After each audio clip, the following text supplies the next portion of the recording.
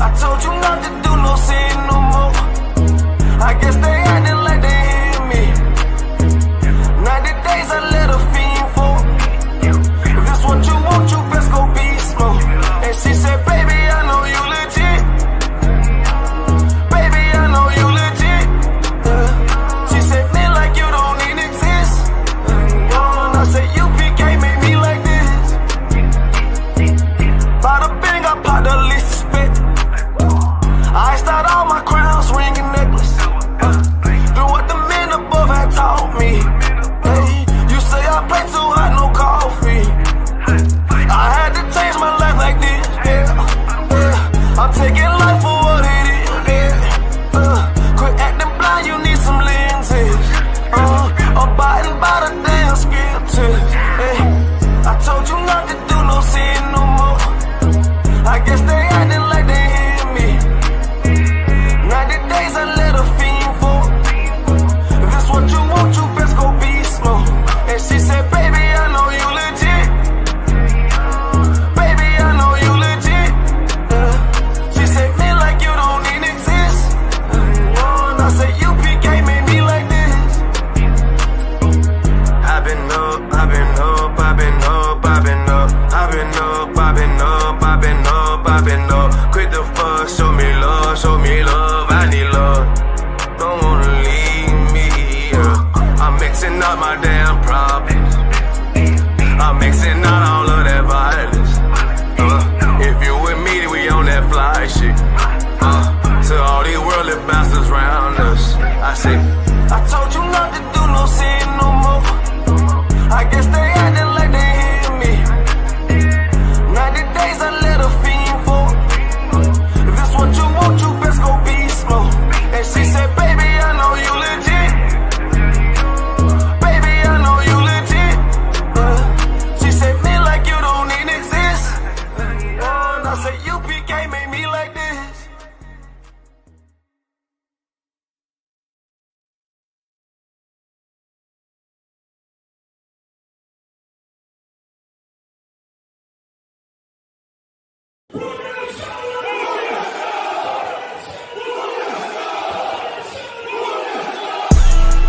Right back at you again, Officer Shapat Dayakin. Dropping something heavy for these cowards out here. Yeah. Coming straight from 125th, 1 West, Harlem, New York. Home of the truth, nigga. Man of war with hair wool, no idols, loving judgments.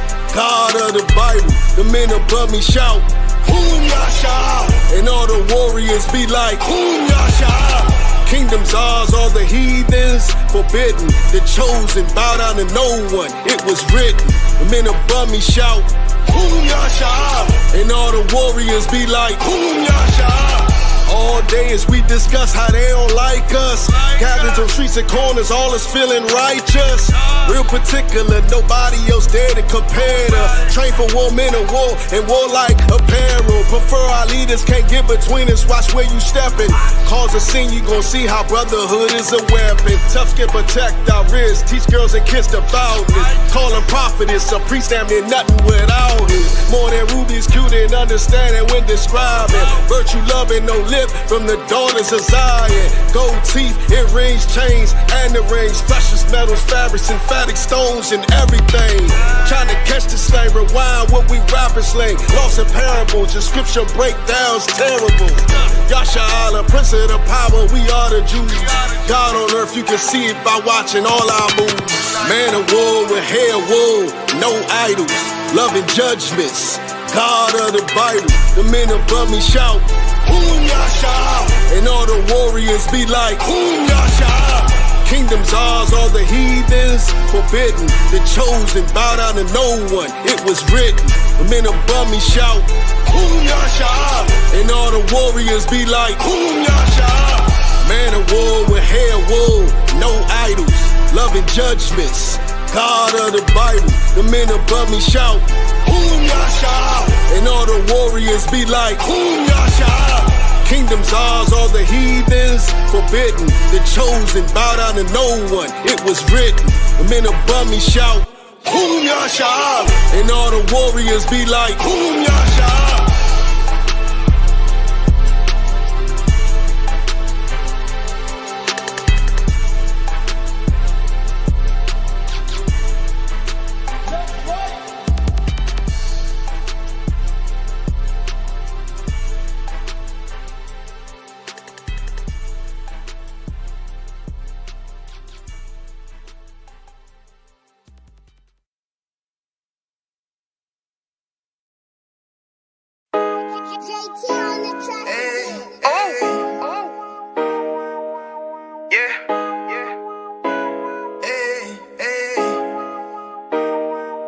You boy. You know what time it is, nigga. Better watch how you step in. Yeah. But that was my niggas. Yeah.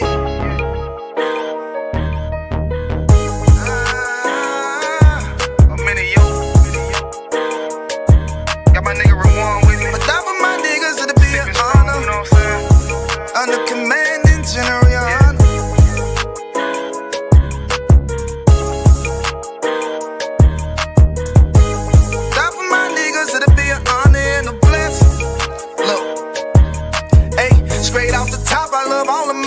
That shit ain't gon' stop till we on top and we ballin', my nigga. We be fly as fuck, you know them bitches be stalking my niggas. That shit'll never change and it's the same with all my niggas. City to city, I should be at home, that's what my ribs say. But bitch, I'm grown, I'm in these streets and closed caption. Niggas know we bout that action. If a nigga play with me, then my I can gon' let him have it. Hey, think you the shit, this truth the shit. Nigga play, I let that Ruger hit. Get on them tracks, they be like, who is this? I'm rude with it. Ain't got no manners, all them pussy niggas talkin' shit. Yeah, I know they can't stand us, but we U.P.K, Louisiana, bitch, that's what I'm rippin'. And my niggas solid number, real ones in my section. If you wanna get down, put your boots on, start steppin'. Brotherhood is a weapon. Brotherhood is a weapon. Better watch how you steppin', cause brotherhood is a weapon. If I die for my niggas, it'll be an honor and a blessing. Better watch how you steppin', cause brotherhood is a weapon. Brotherhood is a weapon. Better watch how you steppin', cause brotherhood is a weapon. If I die for my niggas, it'll be an honor and a blessing. Better watch how you steppin', cause brotherhood I lay my life down right now for all my sisters and brothers, because I love them. I see them dapping and hug them. It's amazing to see how well we adapt from the struggle. Born again from a life of sin, trapped in the gutter. My mind frame was to kill my own kind. Feeling inferior, waking up ready to die. Run with them killers, so it's just a matter of time. For why take your life or let you take mine? That's when I realized the slaves killing slaves, while the white man live to get old. We in them graves, shit got me feeling played. I opened the Bible, went through them records, found out we was royalty, a nation to be respected. But in this world we rejected, we hated for our complexion. Still fighting to get accepted. We hear the truth and reject it, but love is getting corrected. And all my niggas correct me. The commandments, the foundation we erected. Brotherhood is a weapon. Brotherhood is a weapon. Better watch how you steppin', cause brotherhood is a weapon. If I die for my niggas, it'll be an honor and a blessing. Better watch how you steppin', cause brotherhood is a weapon. Brotherhood is a weapon. Better watch how you steppin', cause brotherhood is a weapon. If I die for my niggas, it'll be an honor and a blessing. Better watch how you steppin', cause brotherhood is a weapon. Hey, hey. Hey, hey.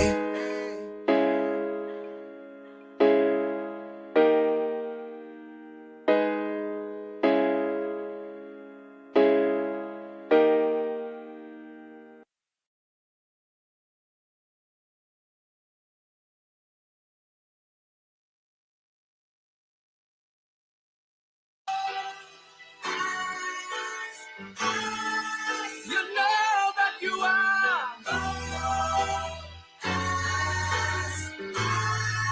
as cold as ice to me. You know that you are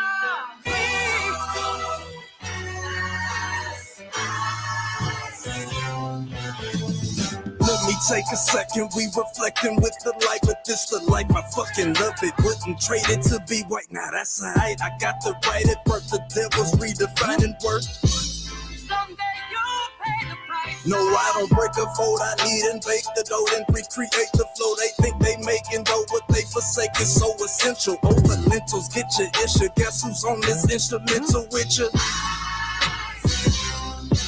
I gives a damn if we was family, view unread and call it spam. I'm not a fan of Antichrist, they slayed the man, I swayed the Tim like here I am, the son of Sam is taking shot to David Berkowitz.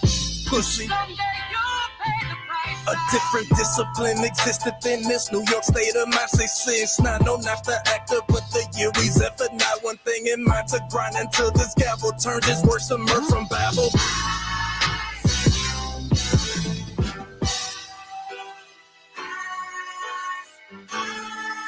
You know that you are. As cold as ice to me. You know that you are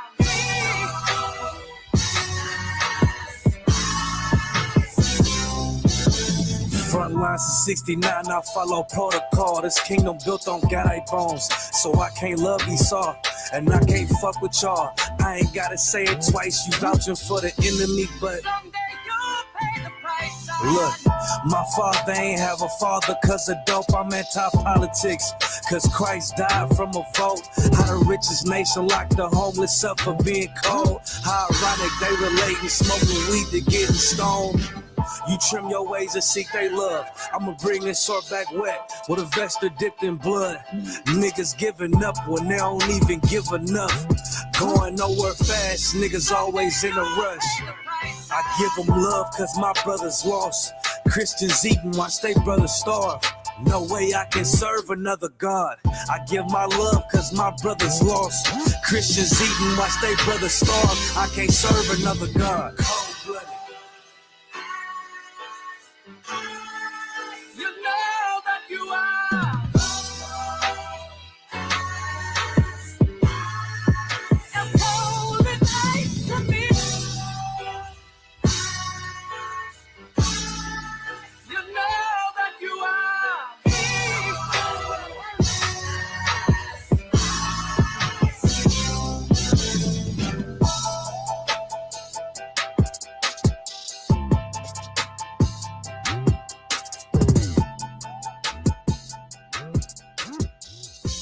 Someday you'll pay the price.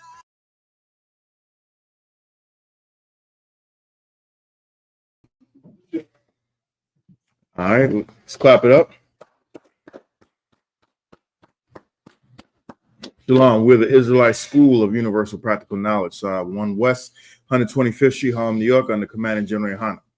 Since 1969, we've been teaching the truth of the Bible, and truth is that the so-called blacks, Hispanics, and Native American Indians are the true Jews, and the white man is the devil that the Bible speaks of. And with that, I'm going to pass the class over.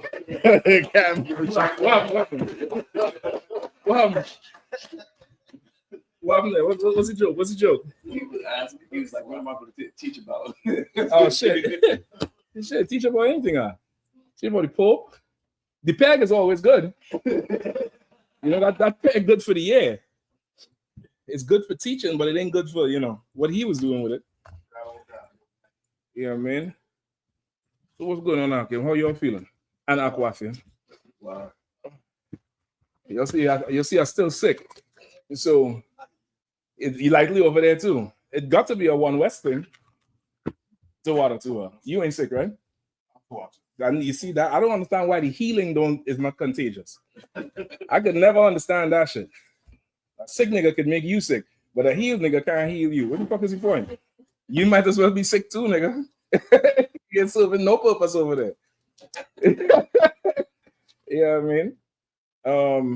So what is like? What it is? What we have for today? Any questions? In scripture breakdown in DC. We had what? Let me get another. No, I want it.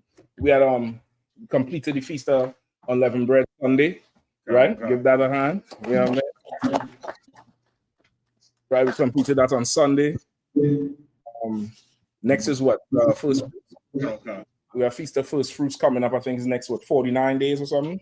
God damn, gosh, I still forget the damn phone. I found it. All right. You know what I'm talking about, the phone. Yeah, okay. I hear the cookouts is announced. Right? The cookouts. What's the dates for the cookouts? All right. You have somebody made a post or a flyer. You could put it up on the screen if you have it. And you could announce the dates for the cookout. All right, you all know it's usually about 5, right? Chicago, New York, West Coast. I know that's the 3 kind of standard ones. And then you have Charlotte is this one. Charlotte. Okay. So that's probably the South cookout, or there's another one in South. And there's Houston. Houston cookout. Houston becoming for sure a staple. So I guess the down south or another East Coast cookout would be Charlotte. So you'll definitely make your plans now. You know what I mean? There we go.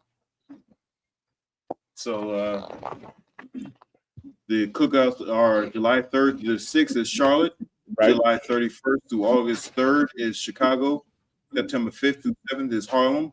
October 2nd through 5th is LA, Cali. Okay. October 30th to November 2nd is Houston. Solid. That'll work. So you know the cookouts coming up. First one is Charlotte. Okay. First one is Charlotte. First one in there, Charlotte. You'll make your plans, rent your vehicles now. You know what I mean? Start getting it ready. This one gonna be in July. July 3rd. July. So each month is one, right? July, August, September. No, there's one in August. It's gonna be. There's 2 in July. 2 in July, 2 in October. So like July. Well, August is the second one. End of July. Okay. All right. And same for October. The end of October 30th through 2nd. So the one at the beginning of the month is the 2nd through the 5th, and then another one 30th through November 2nd. So none in September? September 5th through the 7th is Harlem. Okay, and then October is another one. Okay. October, November. You kind of okay. All right, we're good to go. That's the last 6 months right there. You know what I mean? Get it in. All right, pay your tithes. 10% increase on earnings must come into the priests and prophets of the Lord. See your camp leader about it. Give your talk to the teacher, the class, or the guard about paying your tithes. Everything is electronic now, so you know you ain't got no excuse. Go ahead. Kind of. I.S.U.P.K. Buffalo says, like I said, we're working on Buffalo, New York, June 14th to Juneteenth event. Saturday, Commander General Yahanna will be present, sir. I'll definitely make sure I'm running through to Zariak. I think he had to approve all of that with the events before you even start to advertise. Once you get that done, of course, you know, yeah, I've promoted all the way up. When did he say you want to do it? June 14th. June 14th. That's what? That's a Saturday. That's next month, right? No, not next month. Almost next month. You get the point? Yeah, and that's the usual Juneteenth where there's always that stuff going on. Do I have an extra plug I could use for the socket? I think that's all on the burners right now, right? Camps as usual, Sabbath services as usual. Any one of them, MC? Sure. Yeah, but it's gonna be 2. What about the black one? 2 of them in there? 2 of them in the black one? I know, so I'm gonna rock with this for now then. Don't even worry about it. Nah, brother. That's too far. That's too international for me. Now we good for now. I don't think my phone battery should last. If it start to go down, I might need some plug somewhere. All right. So that's it. All phones on vibrate, of course. And any questions? And tonight we're gonna go into judging, what it means to judge, what it means to be a judge, what's judgment. And as far as that, answer any other questions that we have. All right, go. Okay, sir. I was like the algorithm just came up. Some Christian pastors were saying, you know, talking about women preachers and whatnot. And I'm going through the comments, and all the Christians in the comments were saying, you know, Deborah, judge. So that that gives precedence to have women preachers. Okay, all right. First, let's pull up what they're saying. I definitely might need that plug. God damn. I'm battery in grid like that no more. Where's Paul? US well, it's his laptop joint. So Oh no, man. That's that Apple shit, man. no, that's Android, sir. You sure? Kind of. All right. It's Apple now. Now, yeah. Now it is. So how does this reach? What's this plugged into? Five. So what are you using this for? The mic. Oh, should you have enough? Kind of, sir. You sure? Kind of. Let's see if this works. Brotherhood is a weapon, boy. All right. You sure? Slapping this here. It feel like it's on something. I take your time on it. Just loud. All right, no sweat. Oh shit. All right, let's get it done. You have a specific preset? Okay, so they're saying that the whole thing with Deborah, the Deborah in the Hebrew, they said Deborah, right? That's the proof that women are allowed to be preachers. Kind of. Okay. And you want to break down on why they're saying it, or the proof that women are not allowed to be preachers? Well, because one what says they're not allowed to preach, I'm good with that. But and also when Paul said, "I will not suffer a woman to teach," but here it says in Judges 4 and 5, it says Deborah judged the nation. All right, cool. Let's get that. Kind. This is Judges chapter 4, verse 4. And Deborah, a prophetess, the wife of Lapidoth, she judged Israel at that time. I thought that was Baruch's wife, or Barak.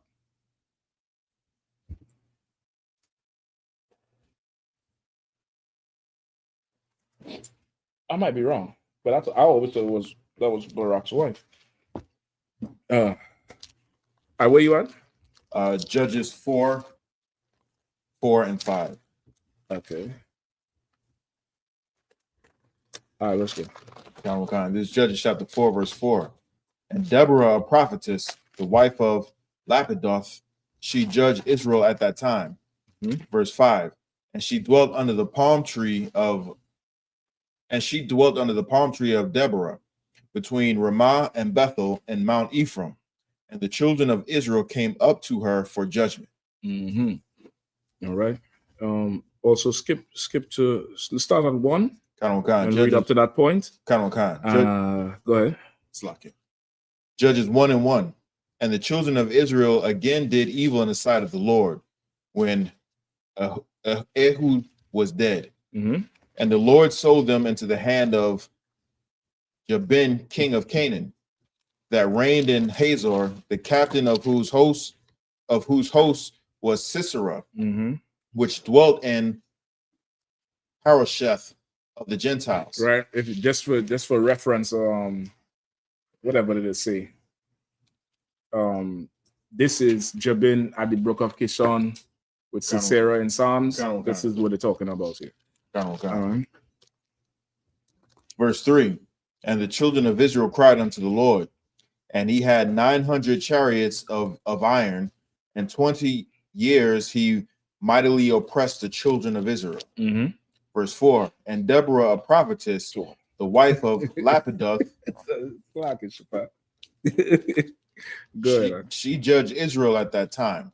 Right. Verse 5. And she dwelt under the tree, and she dwelt under the palm tree of Deborah, between Ramah and Bethel in Mount Ephraim. And the children of Israel came up to her for judgment. Okay. So, of course, reading this without your context or without a breakdown, you would think that this is a woman who has some sort of authority in Israel, some sort of charge in Israel. And, Israel would come up to her, I guess, for what? Breakdowns? Yeah, I mean, I don't know what they would come up to her for, but you understand? That's what they're trying to make it seem like she was a preacher. No, okay, just in the scripture itself here, this is you offer the sisters, you only offer the brothers and all. You offer the sisters cookies? Or you all on one man? Passover is done, you know. Y'all done fit in the dress already. I don't know what y'all look glorious in them dresses. Get them sisters a hand. Goddamn. Oh, the cookout coming up. You know, you're watching for the cookout. I feel you, sis. I feel you. So right here, in here, you already could cut them because why? What does it say in verse 5? Verse 5. And she dwelled under the palm tree of Deborah between Ramah and Bethel and Mount Ephraim. And the children of Israel came up to her for judgment. Right. The children of Israel came up to her under that palm tree for judgment. It didn't say she was in some building somewhere sharing a pulpit with somebody else. You get the point? Like this whole thing. Now they could try to align it and say, well, yeah, that's they came for church. They didn't say that either. They said it came for judgment, meaning in what is judgment here in this scenario?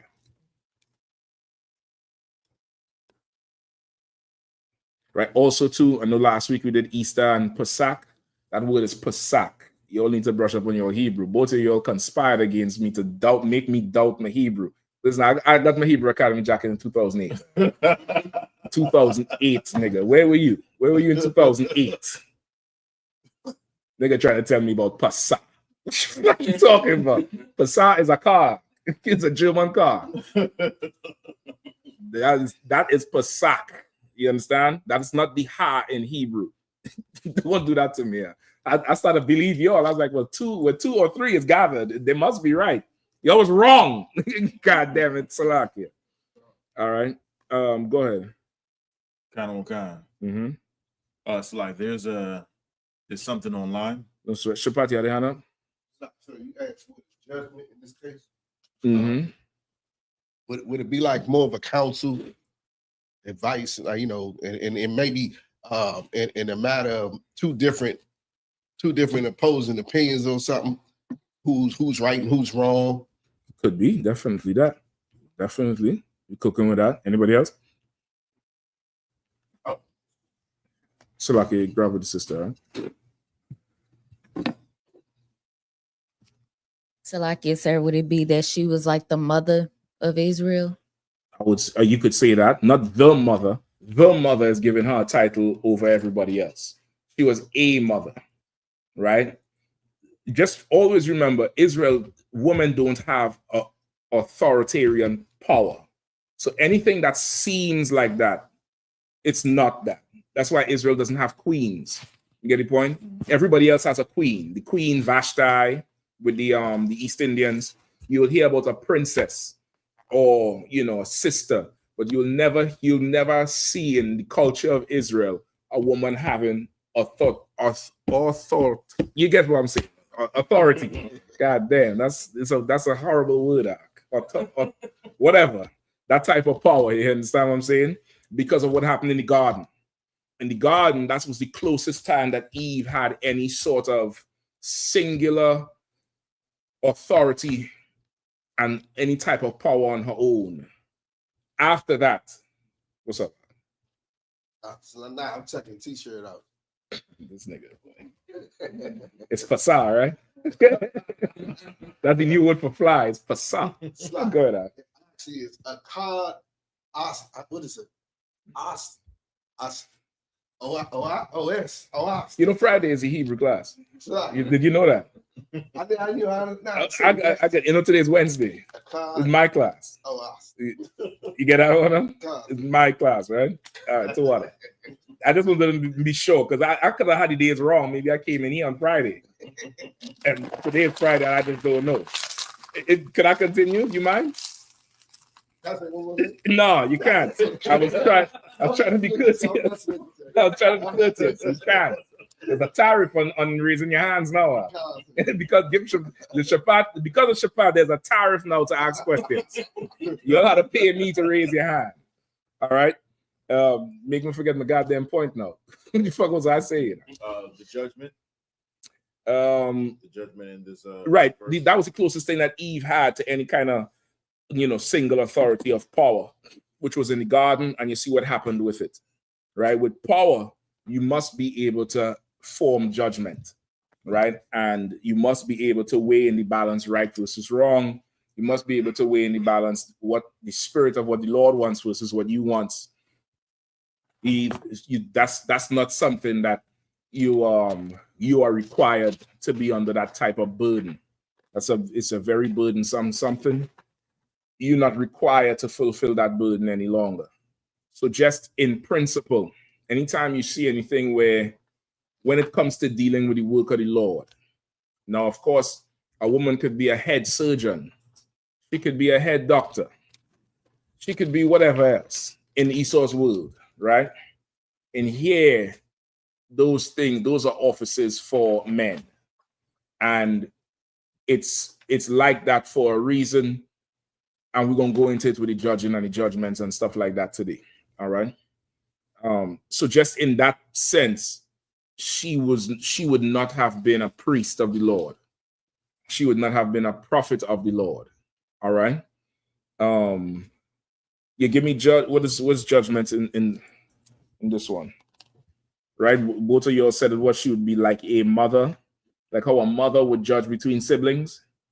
All right. You go to your mother and you complain, and she had to settle you down like kids.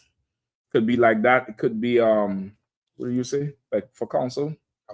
Like somebody who's there for counsel, because she is she's not a young woman in that society. She's a woman who's lived a little while, seen a few things, and is able now to, direct your path a little better. All right.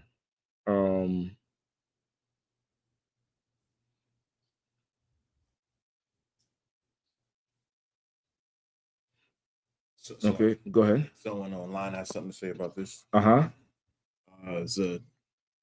Someone named Truth Setter says, but she did have authority. No, she broke down the law. This is before Paul. She judged regardless. She had authority to judge by God. Where's that? Where's the authority to judge God? Where's that? Also advertise that number so that they could call in. Sometimes it's better to let them say the foolishness than you read it. You make it sound sensible, Bukwash. That shit they're talking there, I need to hear that from their mouth. All right. Okay.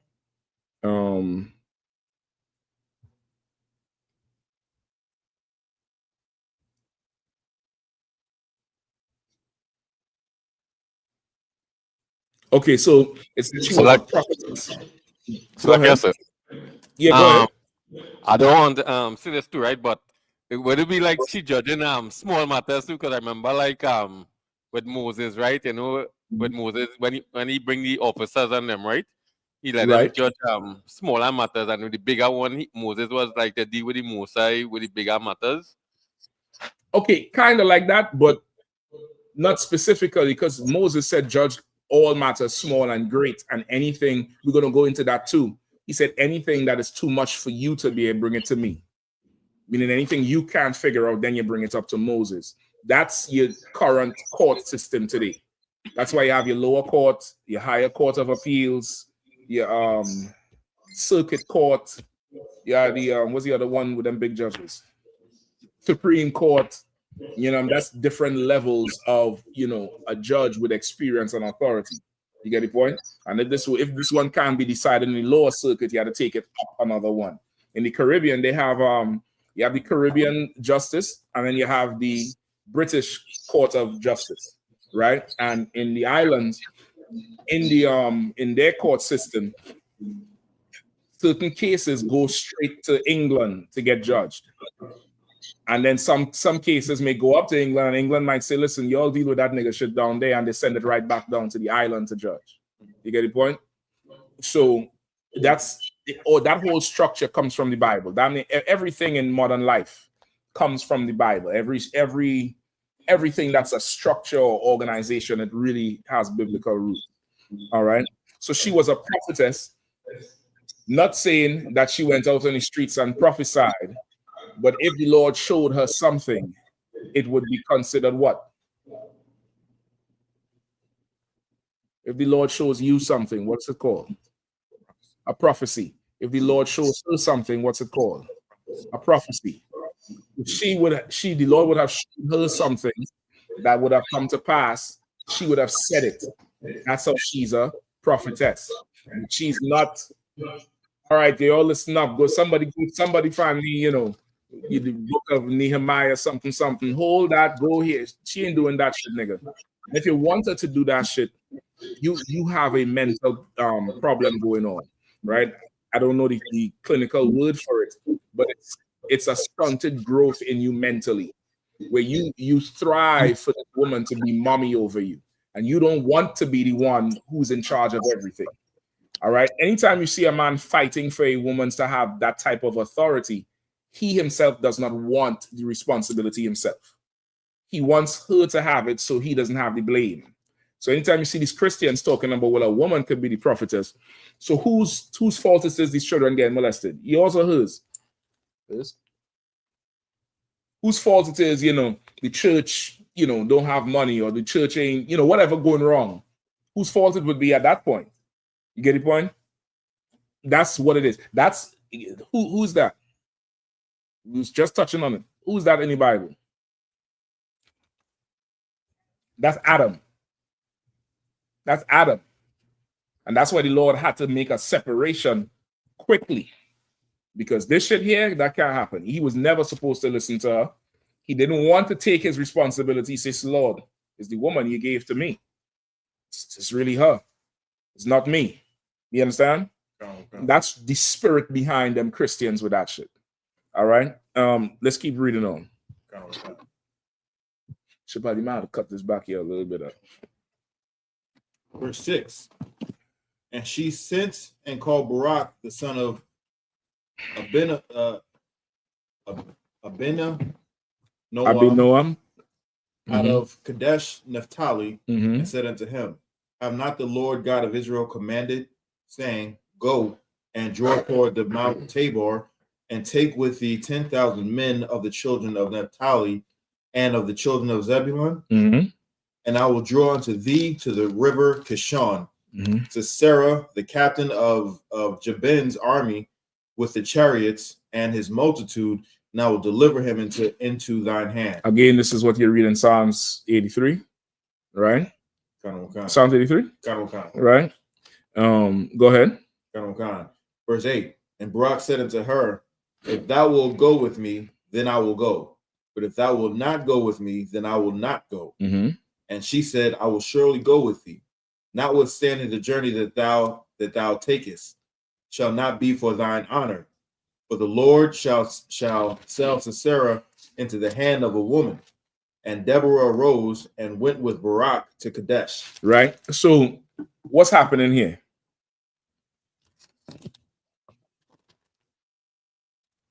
Come on, go ahead.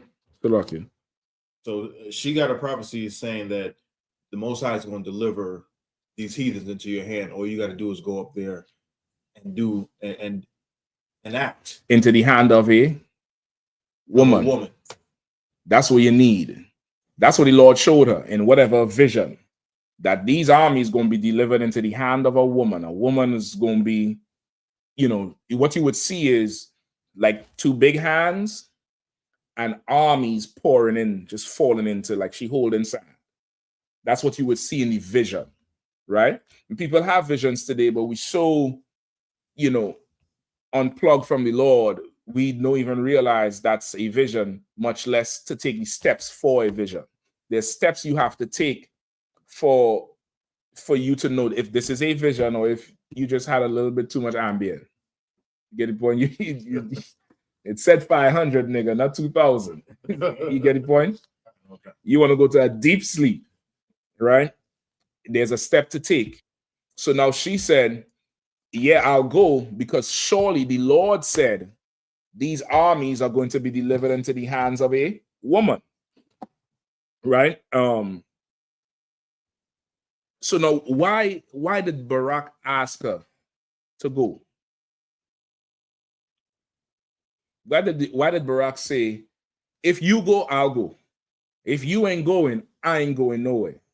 Because the Lord Most High talked to her. Give me a little more. Give me a little bit more. the Most High told her the vision, Mm-hmm. and according to what she's saying, that these armies, these heathens, are going to be delivered into the hands of a woman. Why would he say for her to go? So like it's Go ahead. like like it say in verse 5, the children of Israel came up to her for judgment. She being, just as with the sister draw reference, being a mother, Mm-hmm. the children of Israel will go for her to advice, because who she learned from, like as you said, the men above her, right? So she would have being our older sister, she would have that foresight. For war? To go to No, war? not for. If that's the case, we need to go empty them. All them wheelchair on the podium.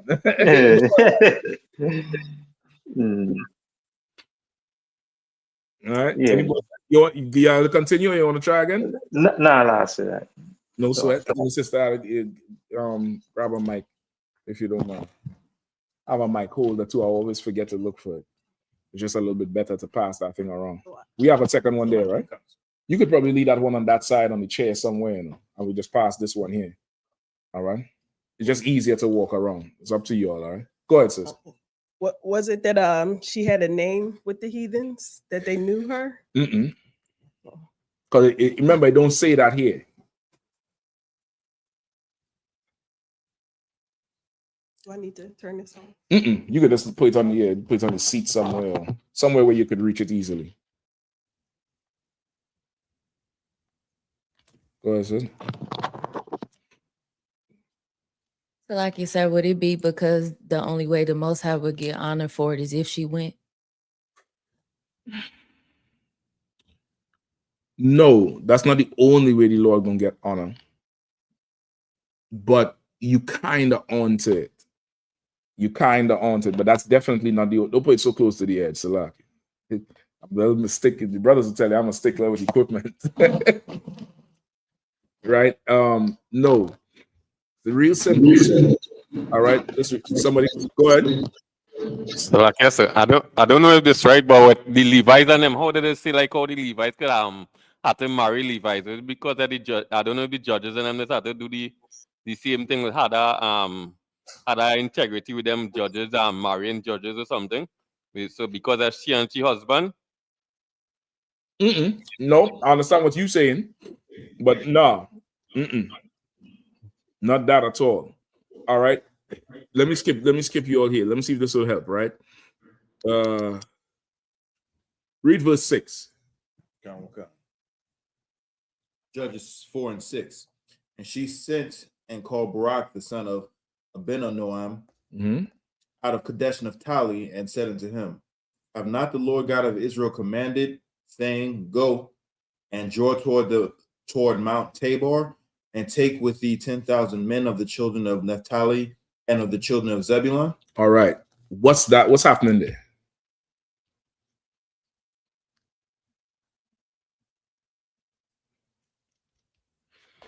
She's reminding him of what the Most High said. All right. That's the question. Not the Lord's like, didn't the Lord say do this? How does he know that?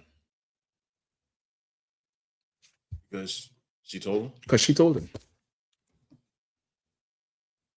Them bitches in the church ain't coming to no man and telling them shit they see or hear or think. You understand? The Lord showed me this. The Lord showed Deborah this. She went and told Barak what the deal is. You understand? And then she sent for him again. Says, didn't the Lord say we had to do this? Now he's in turn like, I'll go to war if you going, because the vision you tell me is he gonna deliver the hands of the woman. If you ain't going, I ain't going nowhere.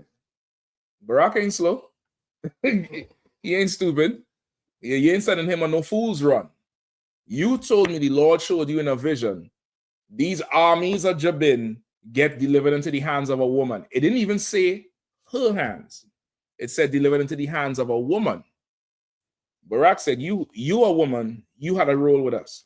If you ain't going, I ain't going, because the prophecy said delivered into the hands of a woman. That's how a woman is a prophetess. A sister might have a dream too. She might have a vision. It could happen. But that don't mean she goes on a pulpit and starts speaking. She's an idiot if she do that shit. She is to do what?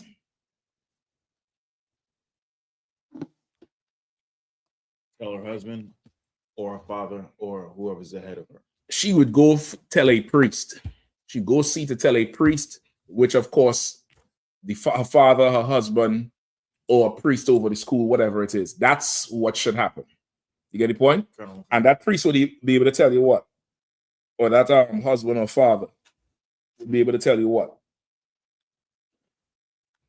If you had too many ambient, or if this is something the Lord is telling you, or, well, let's wait and see. You get the point? That's how that thing goes. In the Christian church, that does not happen. In the Christian church, you just looking for mommy. That's all that is. You just want a mother for your whole life. You know your mother can't wait to get you out of the damn house so she could walk around naked with her husband. Y'all don't know that. Your kids spoil the fun. Shit. You want to have the woman there for life? She's trying to get rid of you, nigga. She's trying to grow you up so you could leave. So she could go back to her life with her man. You busy there trying to make her a damn priest and prophet of the Lord. So what? So you could do what? Nothing? No, nigga. The work is for you. The blame is for you. The glory is for you. That's the life in Israel. You understand? That spirit in the Christian church is backwards. All right. So that's what happened here. She's a prophetess because the Lord showed her a vision and she went and she told the brother. Right? Let me see. I think there's another account of this too. Hold on.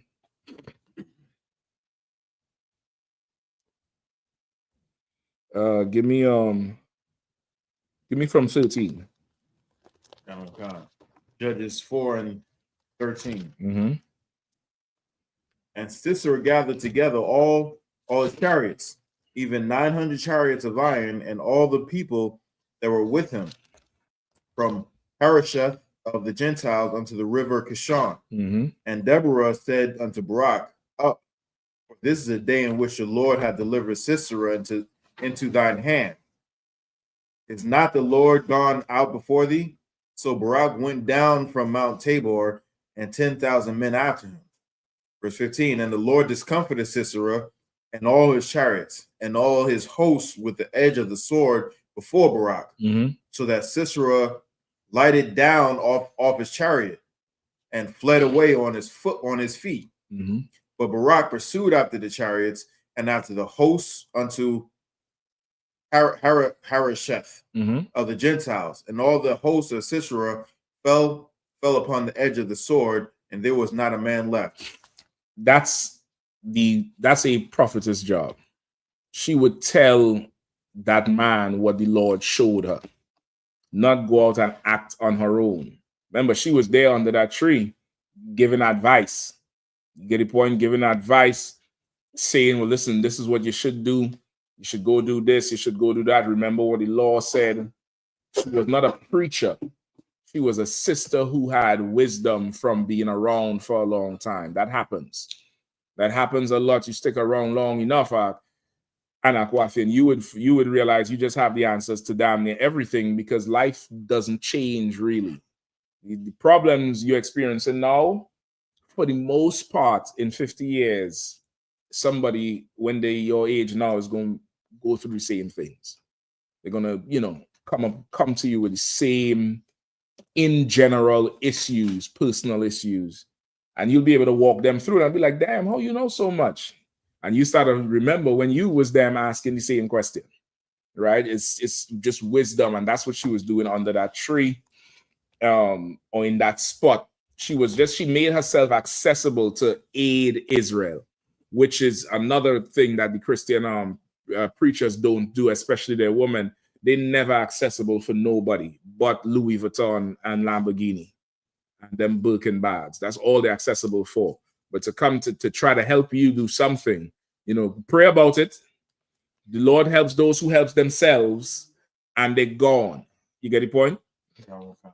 So it's definitely not that she had some sort of authority or was preaching. That's not it at all. All right. I believe that's about it. Was there any other reference to Bookwash?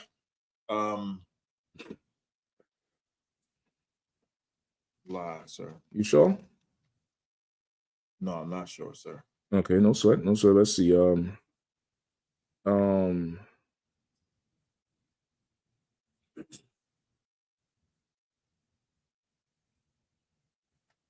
Let's get Luke 2 and 36. I'll take that one. Right, let's get Luke 2 and 36. All right.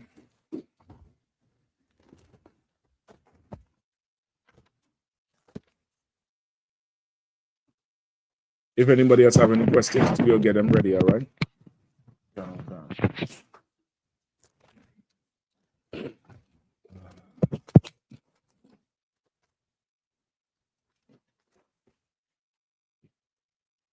Whoever have it, you can go ahead and read.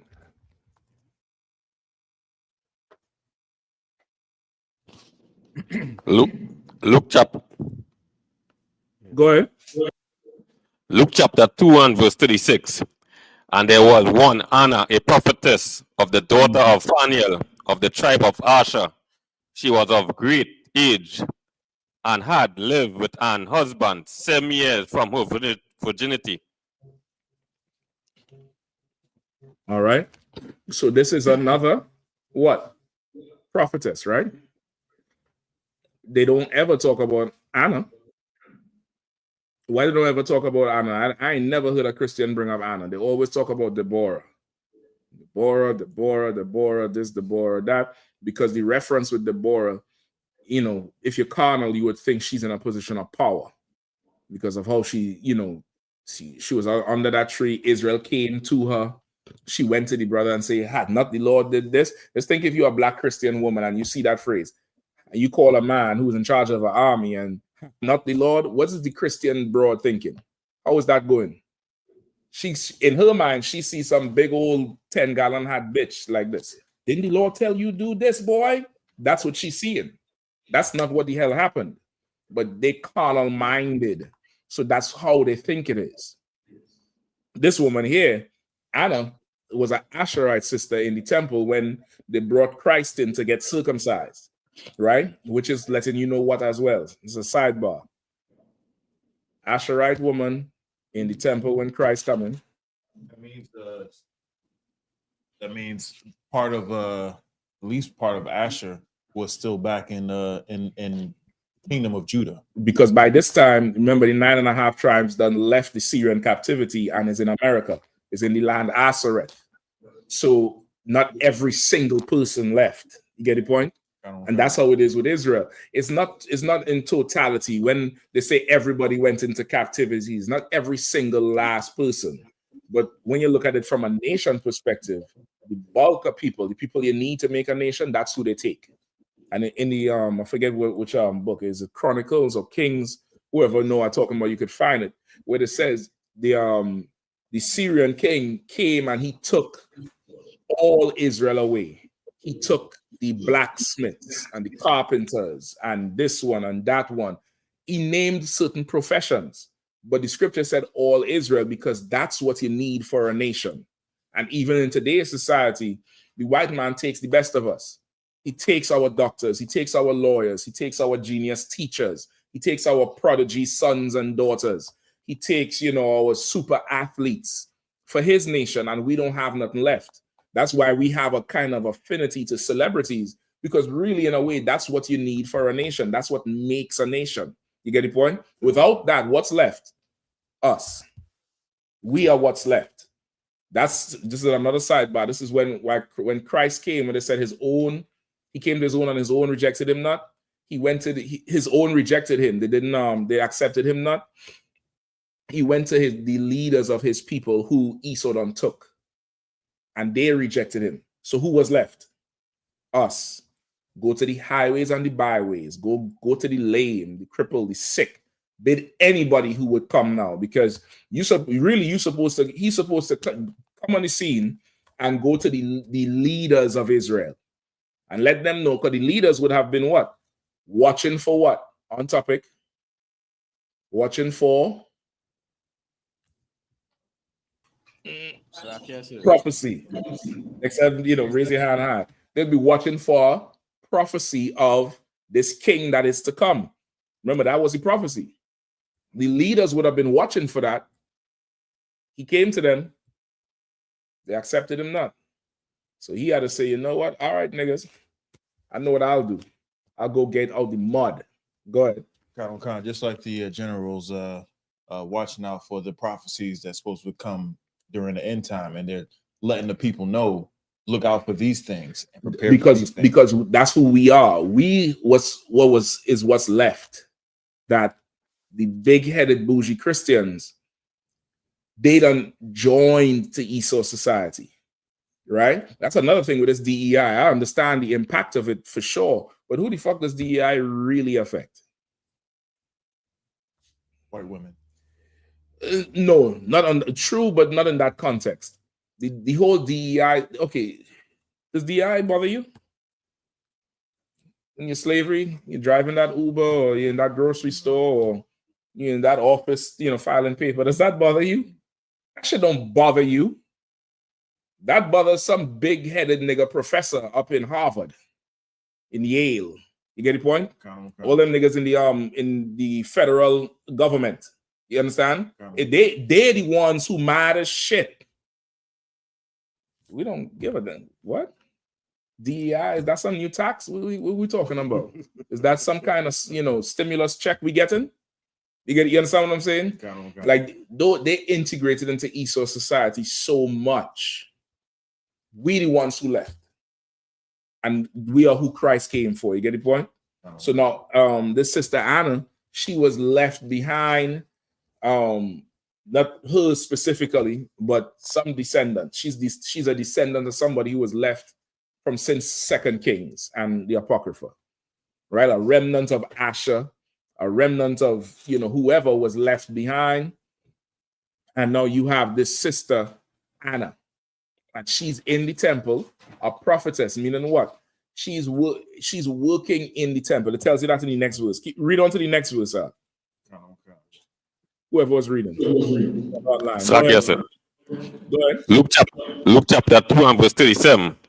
And she was a widow of about 84 years, which departed not from the temple, but served the Most High with fasting and prayers night and day. Go ahead. Verse 38. And she coming in that instant gave thanks likewise unto the Lord, and spake of him to all them that look for redemption in Jerusalem. Right? You see, she was one left behind. And what was she doing? Looking for that prophecy. That's why it says, and she coming in that instant gave thanks likewise unto the Lord, and spake of him to all that looked for redemption in Jerusalem. She's there in the work. You understand? As they come in, she telling them about the Most High and everything he doing, and she's, just think like a sister who's around. Hey, brother, how you doing? Some. You need anything to eat? Man, good thing you come in here, man. The Lord, he never turned his back on Israel. Something.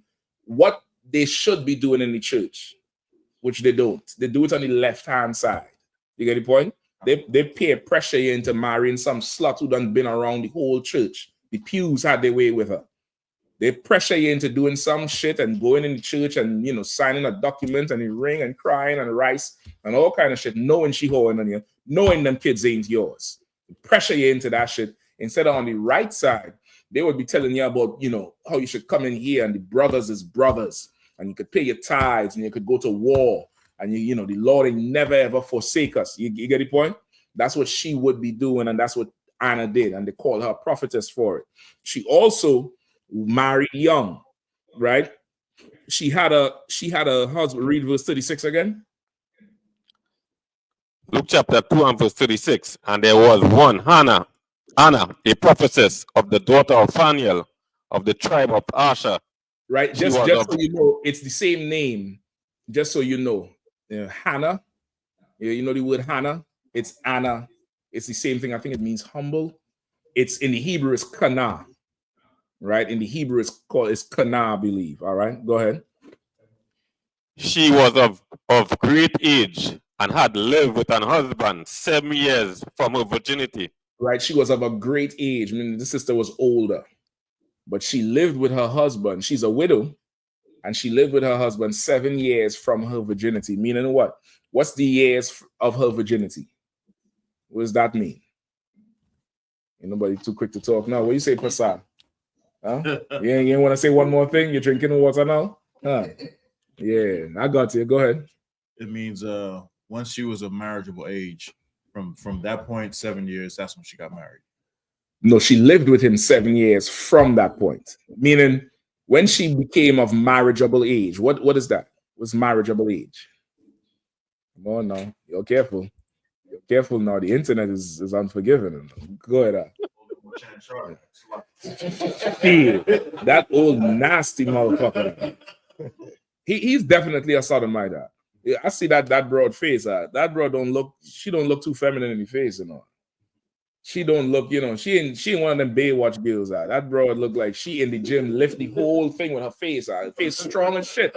You can't put a helmet on that motherfucker. That bitch she got a good strong face. Like that's not, you know, like if he's attracted to that thing, a sister is too feminine for him. She's not, for a guy like him, a sister is not gonna get him going.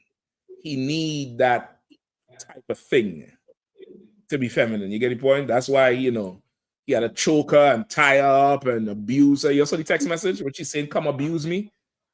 Oh, goddamn, man. Come abuse you. I call her 911. You text me that shit. I say, yeah, I'm not too sure what's going on here. But he's going there and doing, because he's a deviant. The things that she will do, a sister is not doing. A sister is like, nigga, you hate me if you're doing this shit to me. You get the point? She's not doing that thing. She's not, you know. That's a Sakari shit. You know what I mean? It's just he's the white bitch begging for the, you know. Sakari is the OnlyFans girl. And his rib is the Shannon Sharp. You understand what I'm saying? That's why she's making videos just like Shannon Sharp make the videos. Y'all ain't seen the parallel. Y'all seeing it or y'all not seeing it? You saw? It's lucky. I'm stretching it out. Go ahead. Go ahead. What you was gonna say? Oh God! No, I would say a marriageable age is when her father says that she's ready to be married off. I think that's the most perfect answer. You can't go wrong with that. A father who's in the truth. You hit that light over on the right side. A father who's in the truth, all right? Because you had them fathers in that, you know, great millstone. They said an 11-year-old could be married, which is not true. That's a good answer. A marriageable age is, okay, a woman's virginity, a virgin is just a young woman, whether she had sex or not, who is of marriageable age, meaning she's done past the time of her flower, not in her flower, but past the time, meaning there's an age a girl usually starts to get her menstrual cycle, right? It varies, especially nowadays with all this food we eat, and sometimes 8, 9 years old, they start to bleed. But typically, you know, older school might have been 13, 12, 13. They start getting the cycle. If they're into sports and not just like, you know, occasional Sunday, if they're athletes, they regular athletes, they'll get the cycle later, because a woman's body is not like a man's body. A woman's body needs a certain percent of body fat to function right, for the hormones to be right and stuff like that. And the sports keeps their body fat down, so they mature later. Them gymnasts is extreme with that thing. Like them Simone Biles, how tiny she is. That's just her body structure. But you see how lean they are? That's not normal for a woman. That's not a normal thing for a woman. A woman, she has to be able to produce food for the child. And that comes from her body composition. She has to have a certain amount of body fat for her body to run normally with the hormones and stuff. You get the point? So a girl, she starts to have a cycle, whatever age it is, she's still in it. Her body develops more and more and more. She gets more mature mentally. Her father is going to judge now, okay, she's she might be ready to start to court now. Let me see how she's in a courtship. That's usually around maybe 19, 20, 18 if the father thinks she's mature. But around that age, you start letting her get open the gate damn near and entertaining fully a brother coming to court her. It's still some time before you let him marry. You get the point? Laban made Jacob work 7 years, right? And then another 7. Tell a nigga that today he gone. General say 6 months. He talking about ain't no man can tell me what to do. Laban said 7 years, nigga. I'm gonna change my name to Labana. You know I got some daughters. Hey, Captain Mashak, who's that? You know Captain Mashak? My name is Laban, brother. I am Laban. Oh, I didn't know that. Yes. Yep. You know what my favorite number is? 7. He'd be gone. You get the point? So it's a process, it's a time. And by the time you go through that whole thing, she's done past her flower, meaning there's a time when the flower is blooming. It's still it ain't fully open. It's not fully there. It's still the green, I forget what that part of the plant is called. At the bottom of a flower, you have the green thing, the cup it's in. You know what I'm talking about? The bud, that's what it's called? Could be. The flower budding. Yeah, that's what it's called, budding. He was right. It's budding, right? And it still holds the flower, and then it opens, it fully opens. Just think in the spirit where she's not ready. She's still budding. Like, what you trying to go do with her at that point? You're just a nasty old Shannon Sharp motherfucker at that point. And somebody gonna put you in the ground too. Somebody gonna put you in the ground for that shit. I'm just telling you straight up. So you want to give her time. Now, once she's at that point of her, past the flower of her virginity, and she's ready to marry, this is where the sister was, Anna, here. She married her husband, and she had her husband for 7 years, and he died 7 years after. So just think, he probably died when she was 25 to 27, if you want to think about it. And that's a very young age. You're just getting in the marriage at that point. You're really just starting to understand each other. You could have arguments and still sit and watch TV. You get the point? It ain't like at that stage. It's not the nigga, I hate you, slam the door, walk outside, you ain't talking to each other, blocking. You all done been through something for some years. So now y'all could, have an argument. She still cook your food, you still change the oil. You all right? You good? Yeah, I don't like that shit no motherfucker. All right, no problem. I ain't gonna do that again. You be good. They in that state and then the husband die. And that could be devastating for a young woman. And she could now go remarry. She did not remarry. She decided she gonna stay among the priests. Because these brothers came in and took care of her and gave her purpose like her husband would have. And she said she ain't marrying another brother again. But she'll stay here in the work of the Lord, and she'll serve the Lord and tell everybody about this place, and they should come and submit to the men in this place. That's a prophetess. Now, think about some old Christian woman in church and see if she's close to that. No. The husband alive and she remarrying. She remarrying while he alive. Much less dead. He probably, he in the funeral, they put anybody down into the ground. She getting consoled by the new nigga. So much, she getting consoled so much, she had to tell them, chill a little bit. Just let her cry because everybody will know. But some fool want to tell me that the prophetess in the Bible, these sisters, is them bitches in the church. They're not. You just want a mommy. You need some milk. you just want a woman to rule over you for the rest of your life. You want no responsibility. Can't be like that, brother. Can't be like that. Get the point? This sister served in the temple all the way through and served into her age. Served in the temple. And because of that, she was able to witness Christ coming in. Read 39 and 40. Whoever reading. Luke chapter 39 and verse 4. Luke chapter 2 and verse 39. And when they had performed all things, according to the law of the Lord, they returned into Galilee to their own city, Nazareth. Verse 40. And the child grew and waxed strong in the spirit, filled with wisdom, and the grace of the Most High was upon him. Right? So she was able to witness them bringing Christ into the temple. All right? You read that whole thing, you realize that's what it was just talking about there. All right? She brought Mary brought Christ into the temple on the 8th day, I believe, to be circumcised. Anna was there and she witnessed it. All right. Good. Let me get some more. So now, unless there's more questions, is there any other questions then? Question, sir. All right, go ahead. Let me hear it. It's from I.W.P.K. Says, Salaki, sir, can I get a breakdown on Matthew 25, 1 through 13? The water advance, sir. All right, we'll get to that. Anything else? That's it, sir.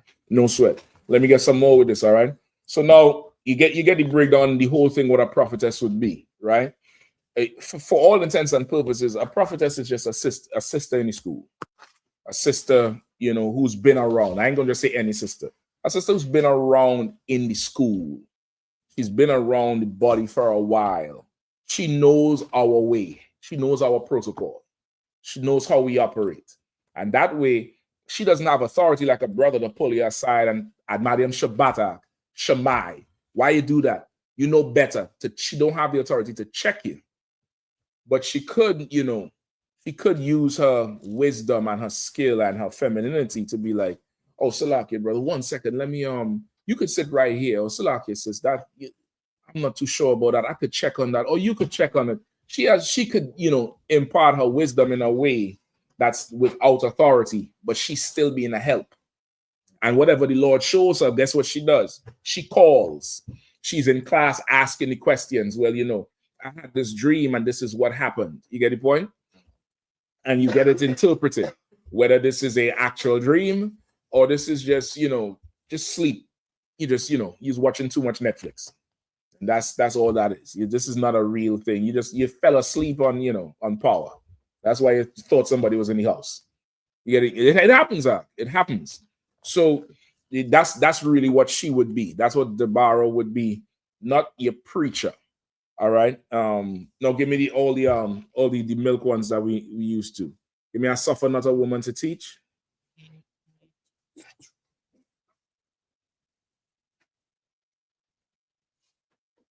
All right. It was 1 Timothy 2 and 12. Give me that. Give me also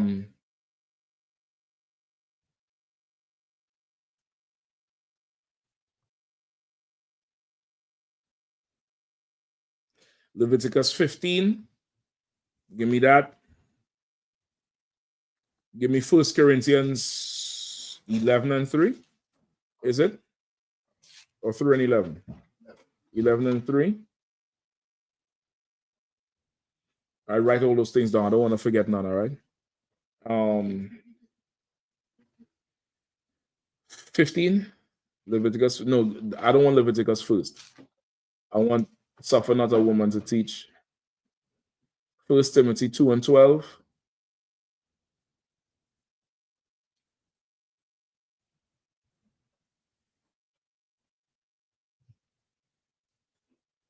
Leviticus 15, somewhere around 15. I think we probably had to start a little 15 and 15. Yeah, I could have figured it out. And the other one is 1 Corinthians 11 and 3. There's a few more too. Go ahead, sis. Yeah, go ahead, do your thing. Go ahead, do your thing.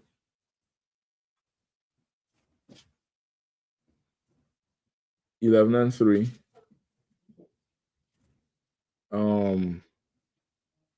There's definitely a couple more. We'll get them, all right? All right, but let's get that 1 Timothy.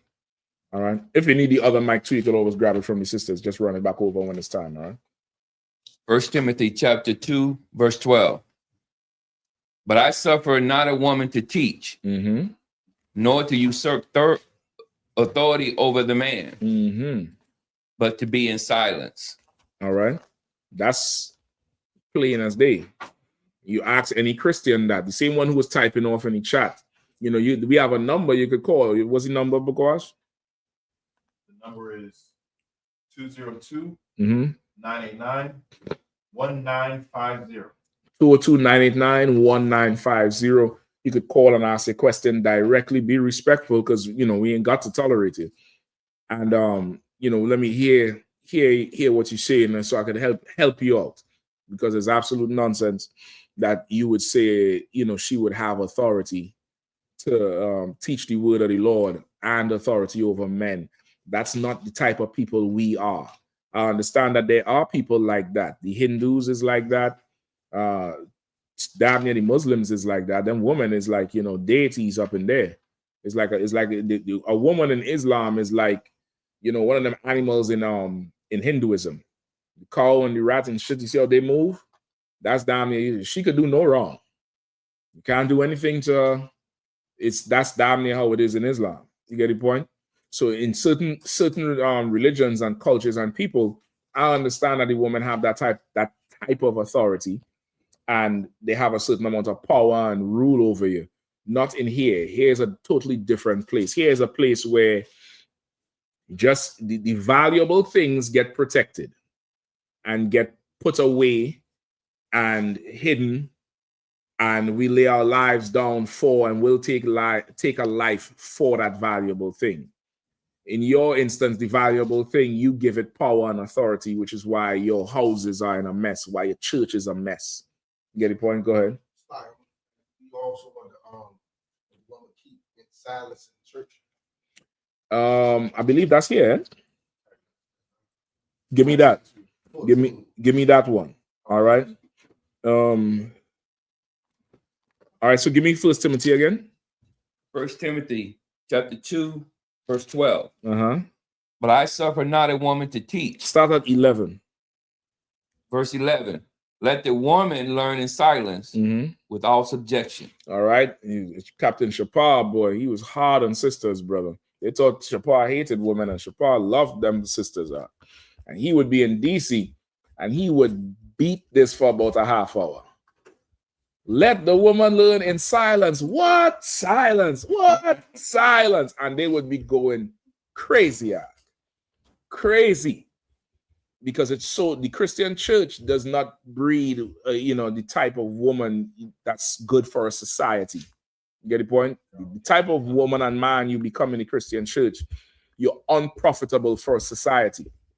You're totally unprofitable for society, which is why we end up serving everybody else. But we're not good to build our own. We're not good to resist and stand on our own because of the Christian church. It says, let the woman learn in silence with all subjection, not some subjection, not partial subjection. It says all subjection, meaning what? She's submitting herself to what she's being taught. You get the point? She can ask a question. Does it mean all silence means she can't ask a question? Does it mean that? No, she can raise her hand and ask a question. She could ask 10 questions. She could say, Salaki, I didn't understand this thing here. Okay, this thing here, it says one thing, but it seems like it's saying something else. Could you break that down again? She can ask all that, and all that would be answered. But the minute you start to turkey neck and say, well, that don't make no damn sense, and that ain't gonna work for me, and the rest of y'all in here, yeah, you'll be lifted out this place quickly to keep the peace. See that pillar there? That's my favorite pillar. That pillar don't move. That pillar don't say nothing. That pillar barely shed paint. I love that motherfucker right there. And some old dragon bitch is disturbing that pillar's peace there. And for the sake of that pillar, I have to remove her. She got to go. She got to go, brother. That pillar there is, been here day one, longer than me. Like, I saw you have a lot of patience, when it comes down to it, though. I had to learn that patience, brother. Yes. I had to learn. I get checked a whole lot, brother. Y'all ain't never get somebody dissect your tape in front of you. Y'all ain't never had that shit. I had to learn. I told you I lived with General Katham. Okay. I lived with General Katham. We had all the generals coming down, from Philly, the Command General Yahanna, General Mahaiman, General Mayak. You get the point? Captain Tal War. At that time, it was Captain Officer Haas, but he's, of course, General now. So the critique we would get would be, very, very meticulous. And I seen them battle some shit out that I thought for sure we getting it in today. But this nigga deserved to go see the doctor. He due for a checkup. And I seen some patients, brother, and shit. The generals them had patients with me as well. So what the hell I look like going on the street or teaching something and not having the same patients back? Like that would be hypocritical. Get the point? That would be for the Lord to remove any blessing he ever gave to me. You know what I mean? But at the same time, you get the point. Go ahead, all right, go ahead, caller. Not muted. 313-352. You on? Hello? Go ahead, caller. I can hear you. What's your name? Shalaki. I had this is Shalaki, can you hear me? I can hear you. Yeah. This is I.S.U.P.K. I did ask a question online, and Shalaki, I did not know. I'm sorry. I'm Shalaki. I'm just trying to burn. Anyway, Shalaki, I was not trying to be on the line, and I'm so sorry. No. You did nothing wrong. You did nothing wrong. If you have a question, you could ask us this. Shalaki, I can't hear you. Say again? I can't hear. Shalaki, I cannot hear you. Okay, are you talking into the phone? Yes. Okay, listen to me through the phone. Don't listen on the computer, because you're live. So listen to me on the phone. All right. I'm speaking on a Bluetooth. Hold on. I'm trying to. You said. Can you repeat that, sir? Because I didn't hear you.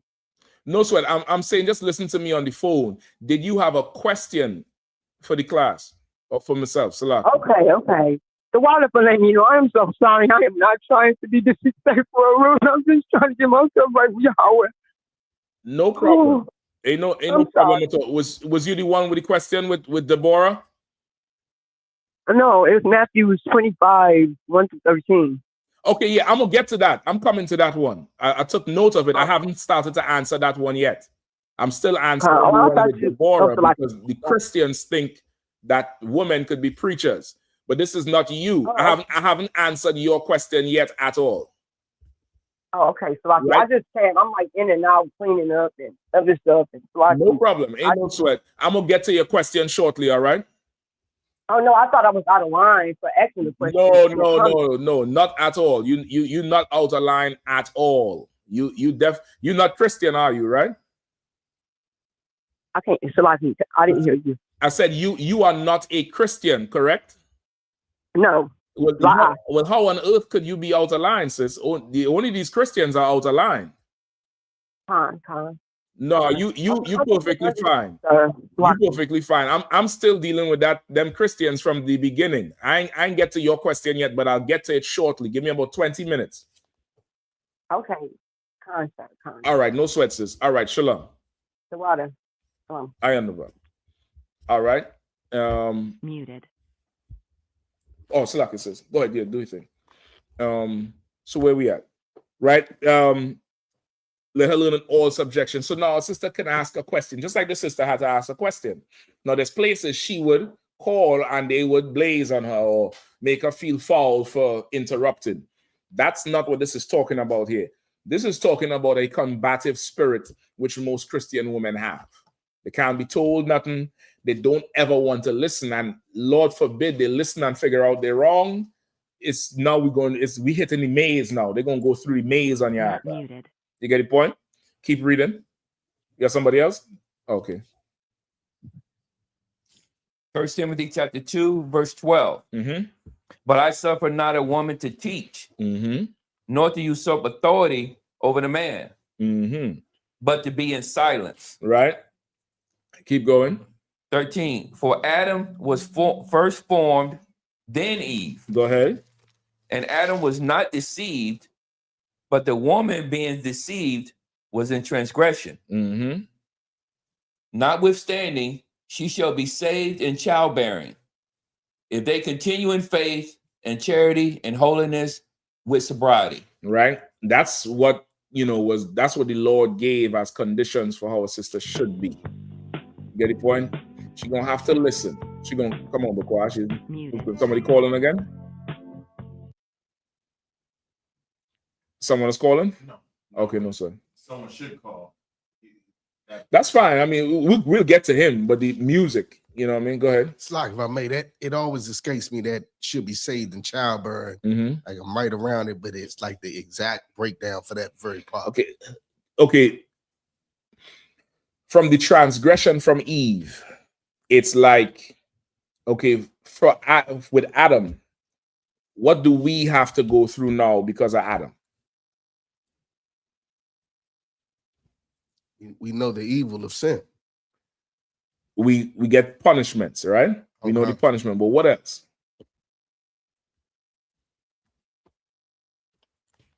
You might be, honey.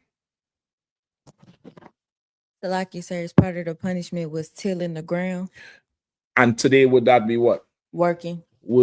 That slavery you got, that's thank Adam for that shit. That slavery you have. Now, you would have still had to, do some sort of labor, but not like, what you're doing now. You get the point? You working for 3 people sometimes, right? Those of you who are old enough to remember that when the economy crashed in 2008 and 9 with the Lehman Brothers, you all remember that shit? All these companies started doing a skeleton crew, right? They cut the workforce by 40, 50, sometimes 60%.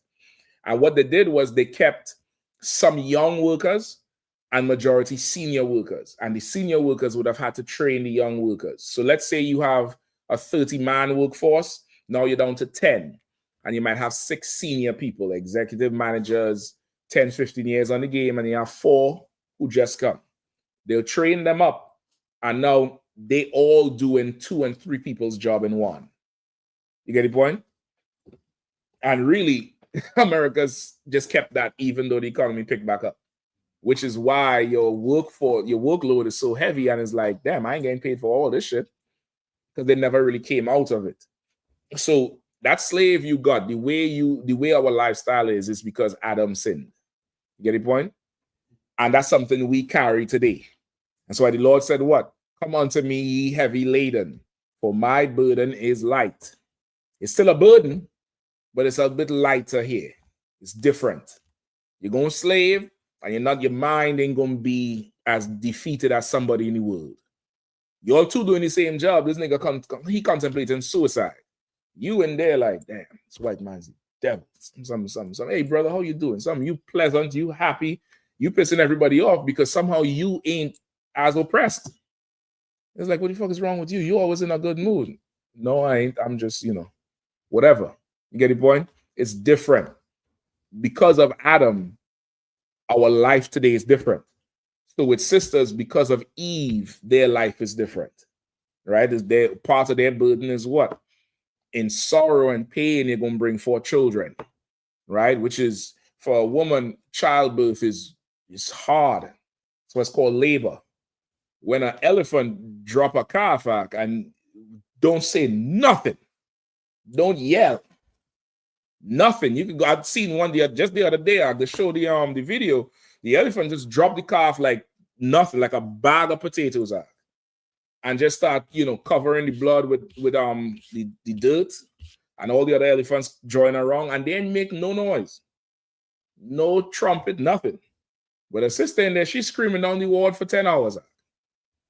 That's part of her burden from Eve. You get the point? Some sisters don't have it that difficult. Some sisters, they go in there 20 minutes, the baby out. Some sisters, you in there for the day. That's just it. It's just go in there and go to camp. That's all I can tell you. Go to camp. It's over when it's over. So now it's saying, nevertheless, she'll be saved in childbearing, meaning what would restore her to a point is her, for one time in her life, not being selfish. That would restore her. You get the point? It would make her spirit right. It would help her. She'll be saved in childbearing. Like in hug and to bear a child, what would she first have to do?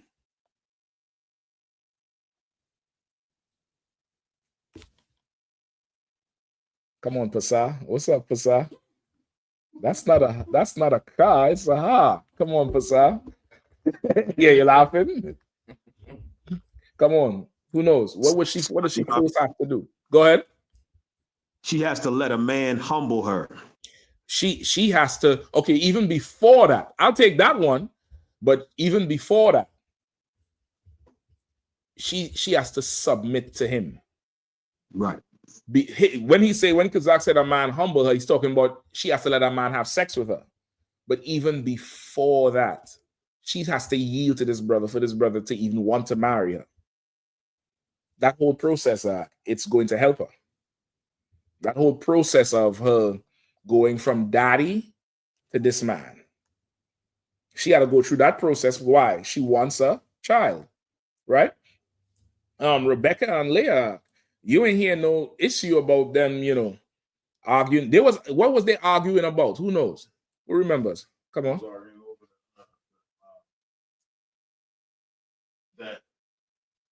The root, the mandrake. They wasn't arguing over the mandrake. The mandrake was just there. The mandrake is a root. What was they really arguing over? Go ahead, sis. So like you said, were they arguing about who got the most sex out of him? No. I thought he was gonna give it to me. Don't worry, sis. We're gonna help you out.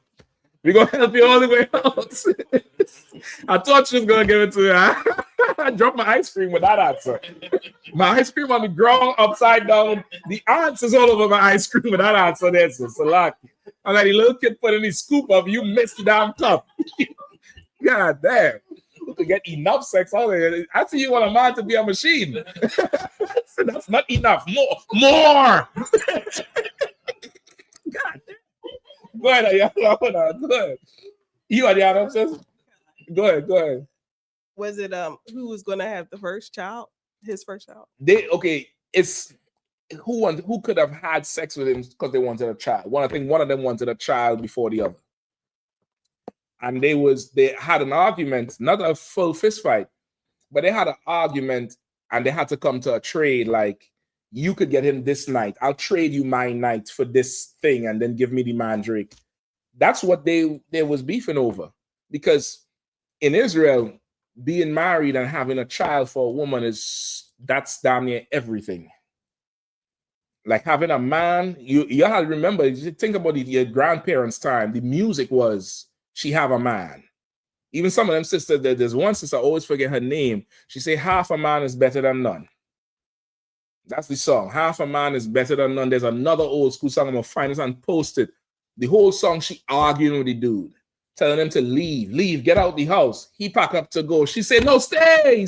And the rest of the song is her saying stay, and she come and bring him back in the house. The whole thing, them Latino tribes is heavy into that as their culture. You'd hardly ever find like a sister from the 9.5 tribes from the Latin community in her 20s, single and without kids. They're already married and got 4 or 5 kids. They're at the park. You look at her, how old are you? 24, and she got 4 or 5 kids already. And she's married, and it's for them with being without a man is like something's wrong with you, with her. You get the point? That's how it was for us. So now you put all of that together, the whole process of it. In childbearing, she can be saved, which is why it's so evil how Esau has it for us with this abortion and you don't need no man and I'm independent, INDEP. That's so evil because doing the opposite is how you get saved. It's how you really now restore yourself to some sort of respect. You get the point? And the man has his process too, but for this thing here, that's it. Nevertheless, she'll be saved in childbearing, right? If she continues in faith, charity, which is brotherhood or sisterhood, and holiness with sobriety. So not just marrying the brother and having the child is the vehicle, but she had to continue in it. Like now her whole life is committed to this thing. That's how she gets saved. So it's not just the childbearing, this thing, the whole process. Go ahead. You might want to need mic, all right? Amabot said Betty Wright. Betty Wright is one? No, it's the name of Is the name of the? It's two of them. I don't know if she sing the two songs, right? But it's I think it's I'll reference two songs. If Betty Wright is right or white, right. You could go look it up. Betty Wright. I think Half a Man is Better Than None is a good ass song. All right, make it your ringtone if you need to. It's a lot. All right. So yeah, you have that. So again, that's not your Christian woman, because Christian mamas is telling you what, child, leave that nigga alone. Go experience the world. Why are you marrying him? You so young. Go home, because she miserable. She can't stand to see you with a man. The fact that this man loves you and no man loves her, something wrong. So she has to make sure your shit don't work. She has to, and Lord forbid it do work out. Good night, brother. Lord forbid it do work. She gonna want to see your kids, those her grandbabies now. But the nigga who put the grandbabies in you, put the big black baby in you, according to Shannon Sharpo. The bitch said, Shannon, I need you to put a big black baby in me. It's like, yikes, god damn. That's what you want, Shannon? Shit. Right? But the nigga who actually get her pregnant, they don't respect that, man. Them Christian women in the churches, they're not judges. They're not, right. You get the point? What else we have here? Let me Leviticus 15 quickly. 1 Corinthians, go ahead. What verse, sir? You can start at verse 1? No. Give me like 15. If it was 15 or 16 or something. This is the book of Leviticus, chapter 15, verse 15. Mm-hmm. And the priest shall offer them, the one for a sin offering, and the other for a burnt offering. Mm-hmm. And the priest shall make and skip down one. Verse 16. And if any man's seed of compilation, skip down one. Verse 17. Mm-hmm. Verse 17. And every garment and every skin whereon is the seed skip of. Down one. Verse 18. The woman also with whom man shall lie with seed of. Next verse. They shall both bathe themselves in water. Is that 19? Verse 19. Uh-huh. And if a woman have an issue, and her flesh be blood, mm-hmm. she shall be put apart 7 days, and whosoever toucheth her shall be unclean until the evening. Right. So now this is talking about what? A sister's menstrual cycle, right? She has an issue in her body, and the issue is blood. She has to be put apart 7 days. Every woman goes through this. Ideally, it would be once a month or once every 30 days, 28 to 30 days or so. Some women is different. Again, depends on the age, depends on their physicality, how active they are, the diet. It could change. You know what I mean? And of course, today with all these drugs and what is it called, birth control stuff, it alters their menstrual cycle. All right, but the ideal thing is once a month or once every 28 to 30 day period. It would happen. They have to be put apart for 7 days, and they would, not have to function as normal in society, because why? She's losing blood. Her losing blood means what for her? From the fellas, not the sisters. I know you all know. What does that mean for her? There's one thing that means. And this is the proof of how evil Esau is. Esau want you working even in that. Her losing blood means what? You don't give me no answers, but his sister's under pressure, boy. Go ahead. No, she's unclean. Well, she is unclean, but that's what I want. That's down here what I want to get to you. She's unclean, but there's still other things going on. She ain't just go in the corner, bro. Stay over there. Could you pass me a cup of tea? You hook up the tea to the broom. you like this. Don't do that. Don't do that to her. Go ahead. I mean, she's not carrying a child. Well, of course she's not carrying a child, but there's something else. Just think normally. She's losing blood.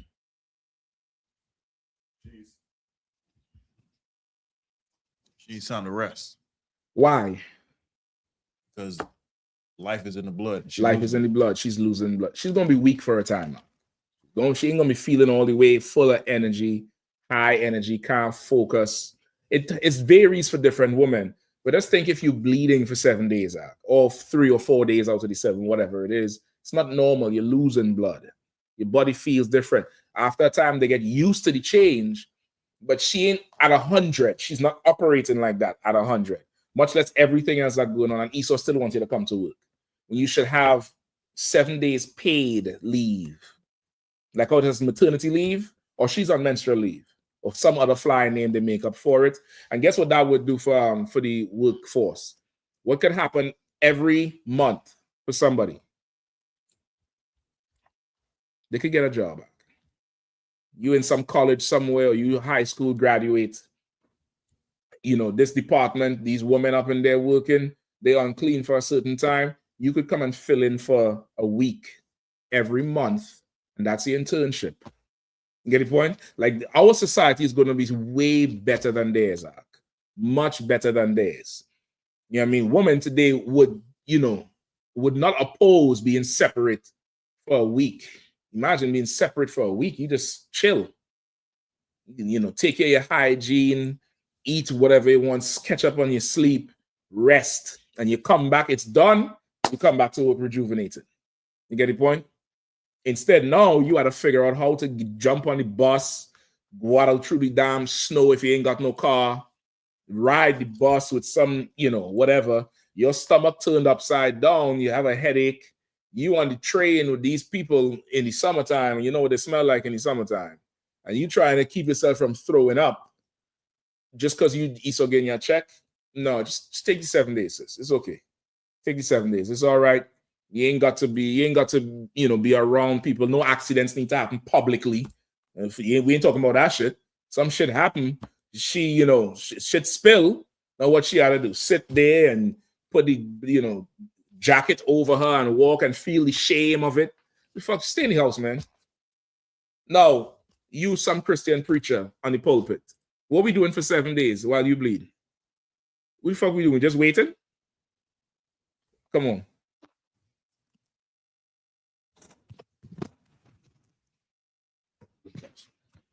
Slock, sir. I remember like a few weeks ago we was talking about mentally ill, and you brought up like the sisters, and you was like, man, some of them, they come on a period, like they going crazy. You know what I'm saying?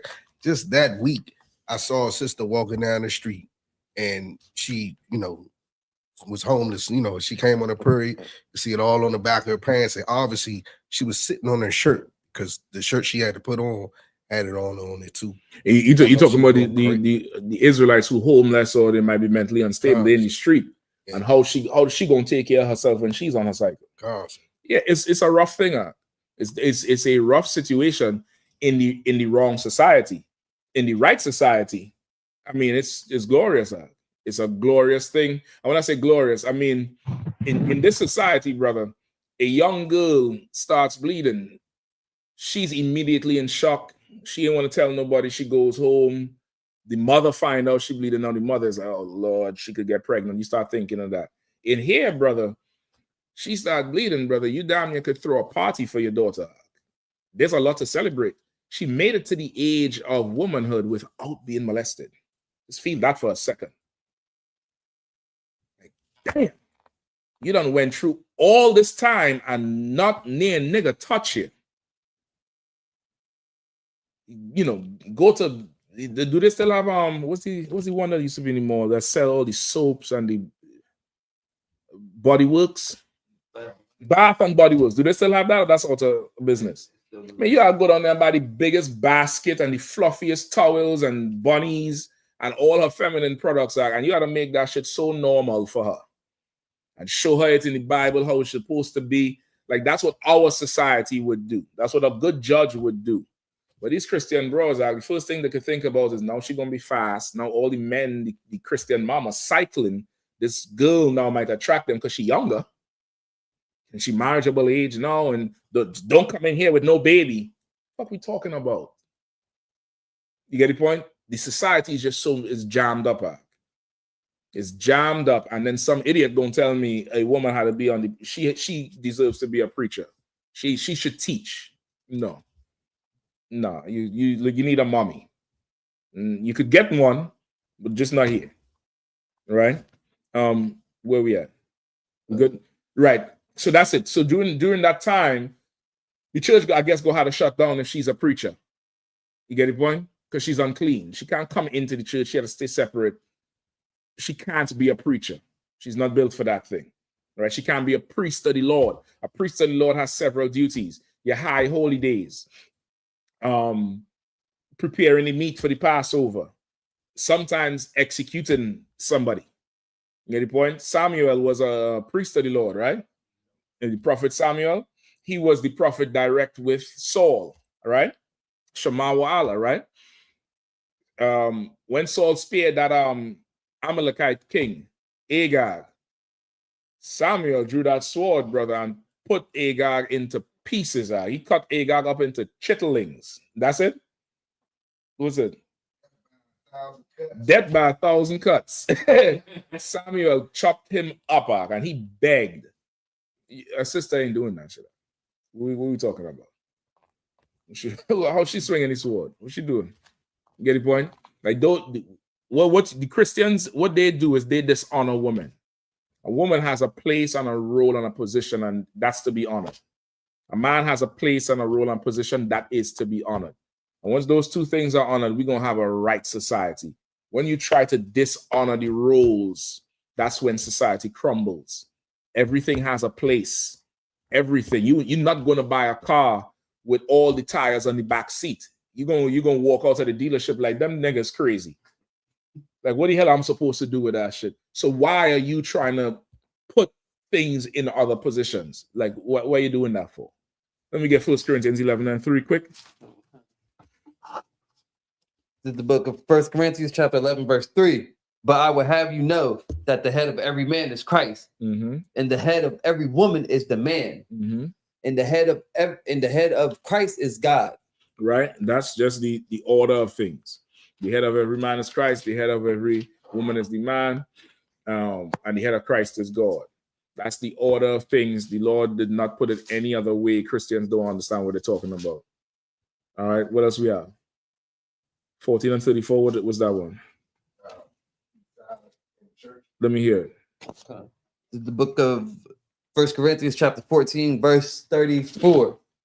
Let your women keep silence in the churches, for it is not permitted unto them to speak, but they are commanded to be under obedience, as also faith saith the law. So like it.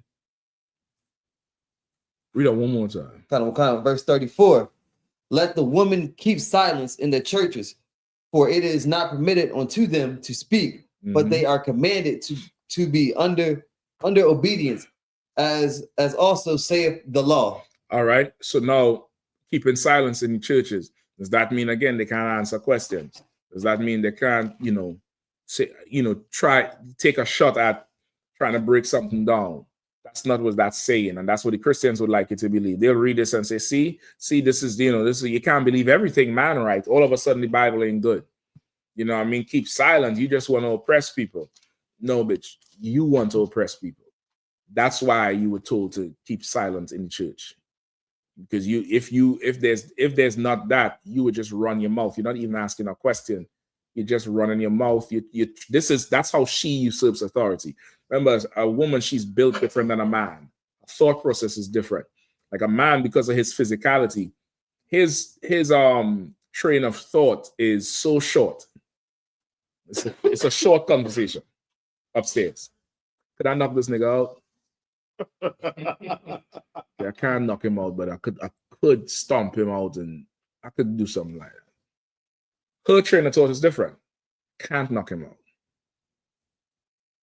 I'll smile until he turns his back. Put something in his food, stab him in his sleep. She has to go about a whole other thing. She might have to go along to get along until she comes up. A man doesn't have that, train of thought. You get what I'm saying? Her whole way of going about something. So whereas two brothers might be talking, we have an issue. What did you just say? You heard what I said, nigga. Well, we could take this outside. It's decided. A sister is not like that. she's going to argue. She's going to run her mouth.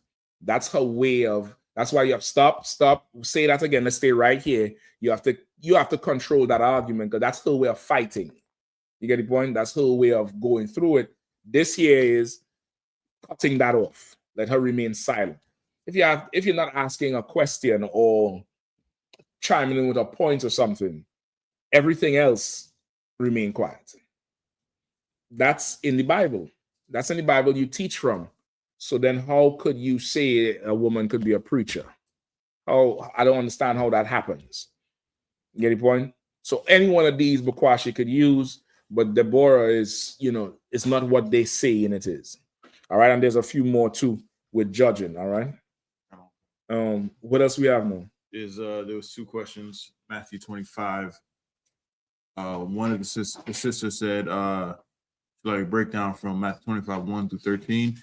And also Yarash said, like a breakdown on Matthew 5, verse 23. He says, I wanted to know what a gift is at the altar. Okay. Was he first one we're going to? You could take this back. I'm good with it now.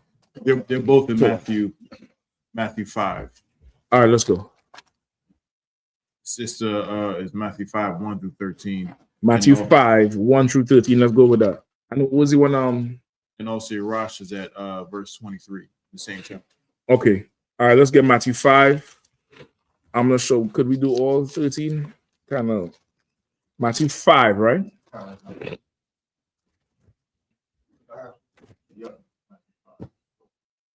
No. Yeah, you're right. Matthew 25, 1 through 13. Okay, the other one is Matthew 5. Oh, it's 2 of them.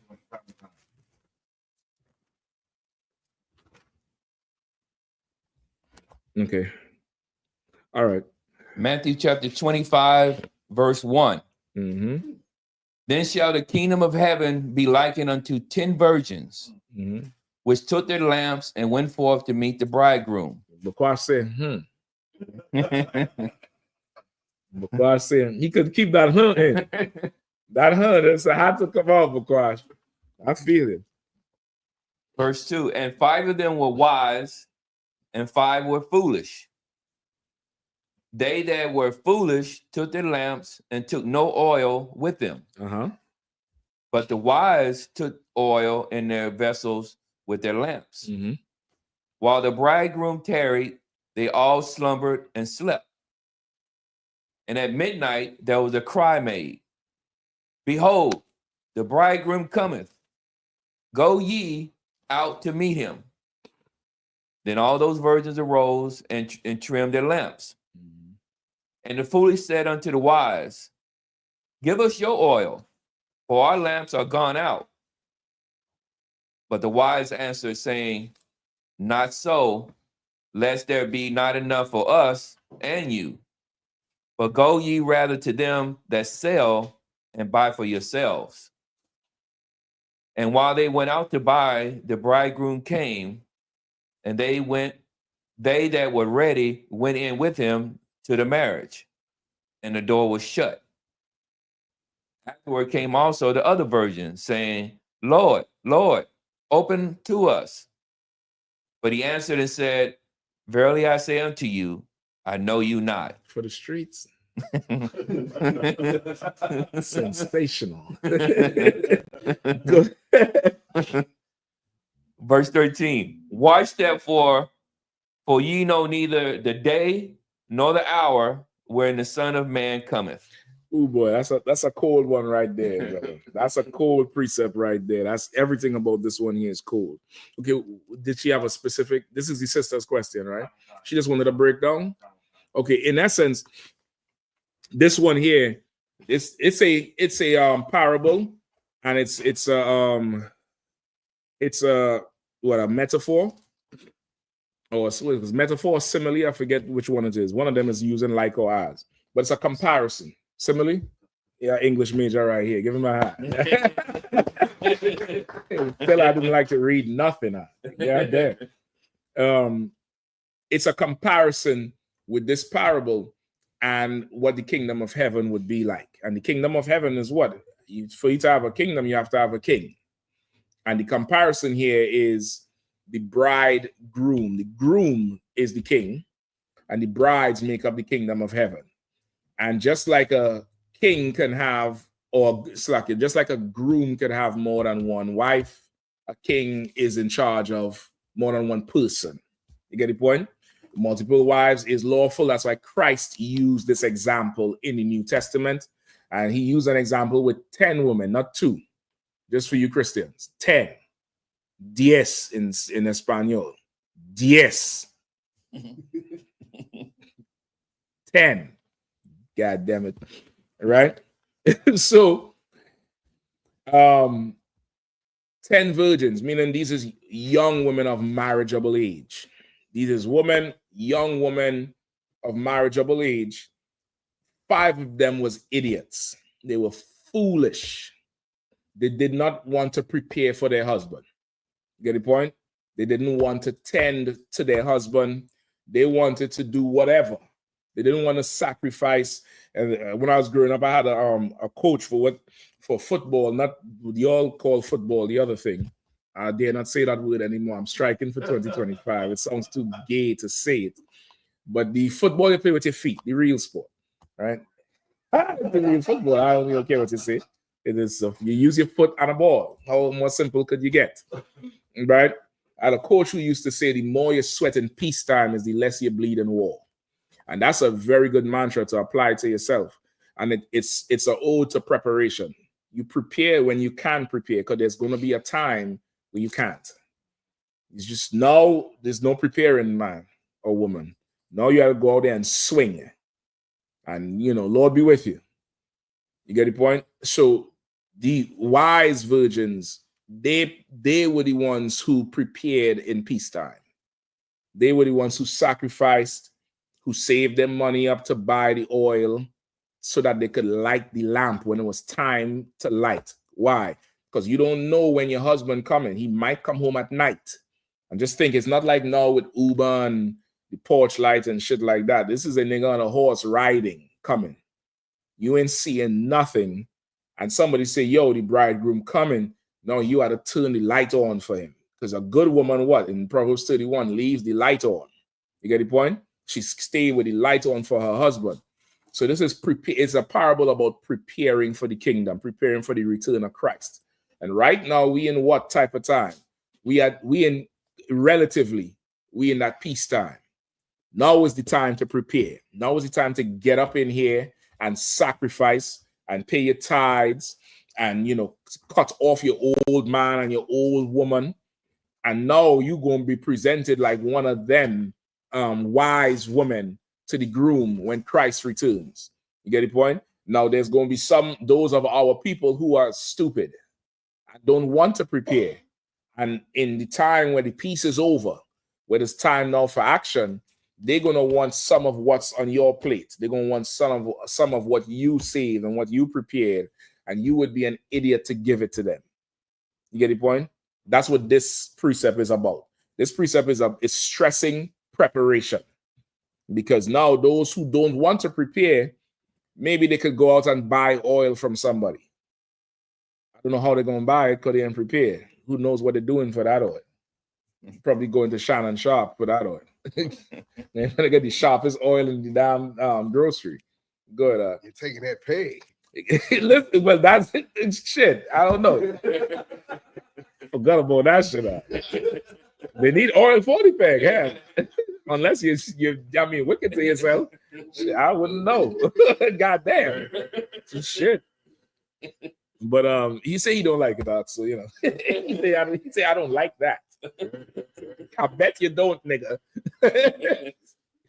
Right? Did I read the text about the excellent form the broad say he has? Good. The broad said he has excellent posture, function. So I don't know if she held him, she was doing something, and she's like, this nigga could really take a She said you're built for it, Sakari. Oh boy. Yes, sir. I ain't drink tonight, yo. This is water. But yeah, so this parable is the 5 wise women, 5 wise virgins ready for their husband. They want to make sure they're up and could light the way for him when he returns. They want to make sure that so they sacrifice while he's away. They sacrifice and prepared while he's away. And these other 5, they were foolish. They did not prepare. And they thought that they would have been able to get something from the ones who did prepare. And the ones who did prepare was wise to not give it to them. What sense it make, going through all the sacrifice and going through all the hardships. And when time comes, somebody who just, wasn't, and you give them of yours, that's ridiculous. That's what Christians want you to believe. Christians want you to believe that you could be like the Pope. The Pope, and then they have the Catholics, they say there's something called absolvement or absolving. I think that you absolved of your sins.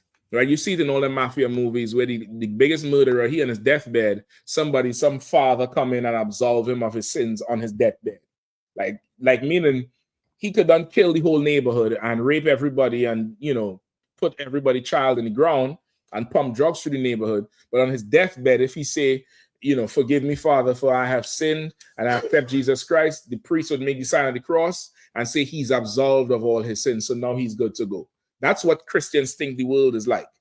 Like, you could just do whatever. And all you just had to confess with your mouth. Remember that scripture? And you good to go. That's these 5 virgins. Go ahead. That's like saying the Lord is a fool. Basically. That's why I say you can't give them of your oil. Because now they think you're a fool. Like, don't worry, I'll just get some from them. No. Because what if the 5 who have the oil start dishing out their oil, what could happen with the light?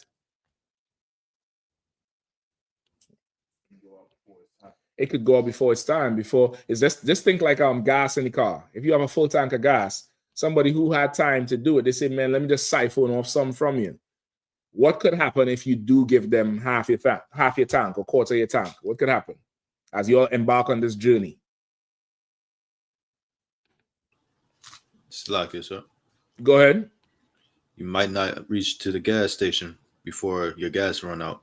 No, both of y'all could break down before anybody reaches the destination. And that's what the wise woman said. They said, listen, I can't give you none of mine lest we both run out. Then nobody will get the man. So the best you go see if y'all could buy some. There's some people selling oil. Go see if you could buy some. But we're gonna wait here on our king to return. We're not going and making no new Israelite group. You get the point? And hoping when he returned, we could say what? Well, we won West. Get the point? We're not going and creating some new thing because you couldn't go to him and him alone in here. You couldn't go to her and her alone, like the scripture say. And now you all beefing and you mad as hell. But meanwhile, the rest of us, this is something that always kills me with people. Like, you think you the only one who disagreed with a judgment or disagreed with something, or you think you're the only one who, you would go left when everybody else is going right.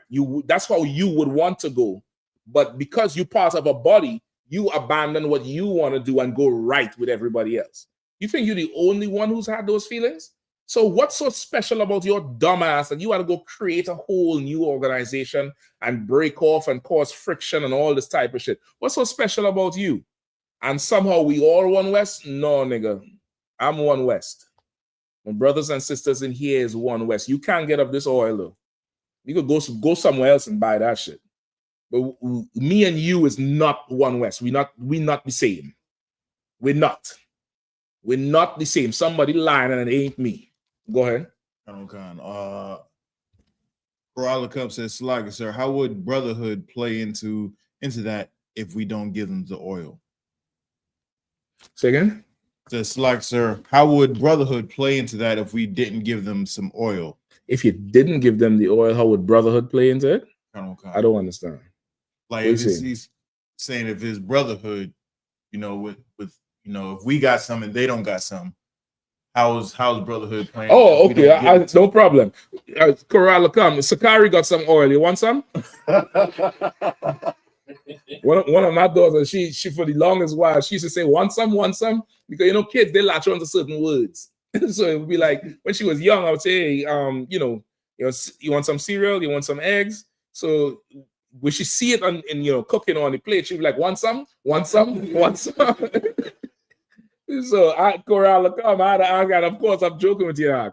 Sakari got some oil. You want some? Want some?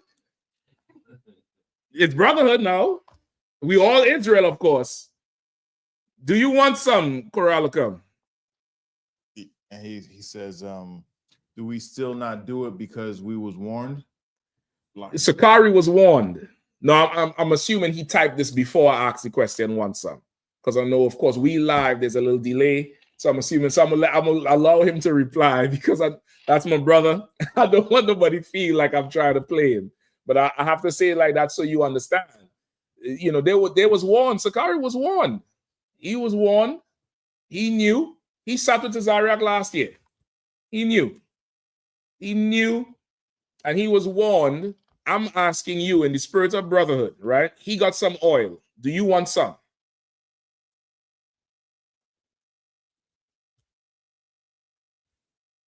No reply? Not yet? All right. Go ahead, Shapat. Let me know as soon as you reply.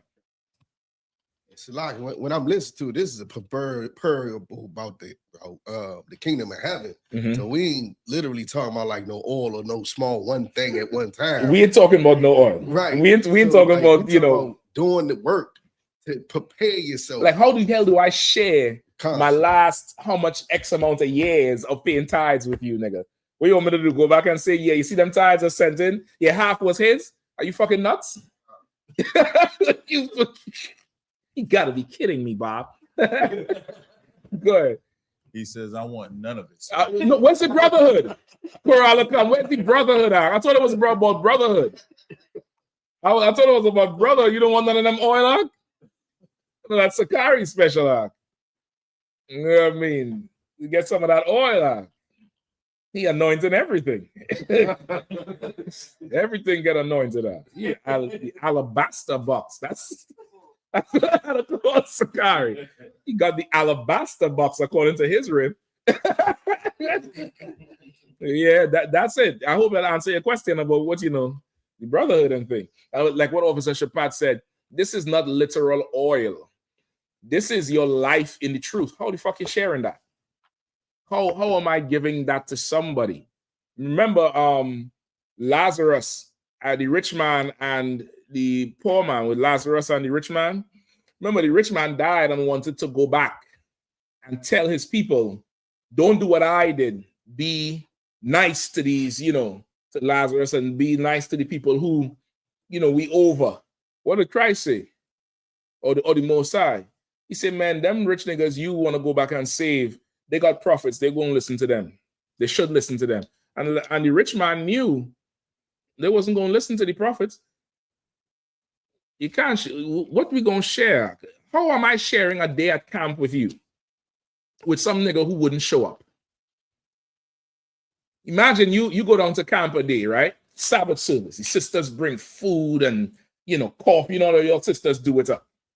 And then the brothers after Sabbath service are y'all packing up and y'all talking. You salute everybody, anoint the sisters, do the prayers, load up, going down to camp. You're at camp, camp going good, brothers going to the bathroom. And around about 4 o'clock, so about 4 or 5 vans pull up and the KKK jump out at skinheads. And it's you just don't know. And your woman watching the live home catching a little fucking heart attack because the camera can't be steady because it's war out there now. How the fuck are sharing that with you? Just explain that to me. How? I want to. I got brotherhood, nigga. I got it. I have it. I love for you, nigga. I'm telling you, you could go try to buy it. You could go try to do what you could do now. But how I'm sharing that experience with you? I can't. I just can't.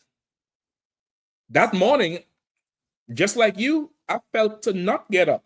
I wanted to lay in the bed with that broad. I want to lay up in there, warm up under there. I didn't want to get up. I wanted to wake up and eat eggs and take the kids outside and watch them play in the sun. You think I didn't want to do that?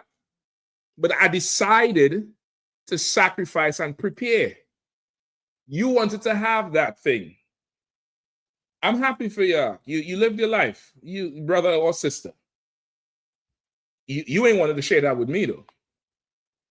All the money and thing you was spending, them trips you was taking, all the tithes you was not paying. You didn't want to share that with me, and neither would I want to rob you of your experience. You don't want to pay no tithes, nigga, go to the moon on that fucking money.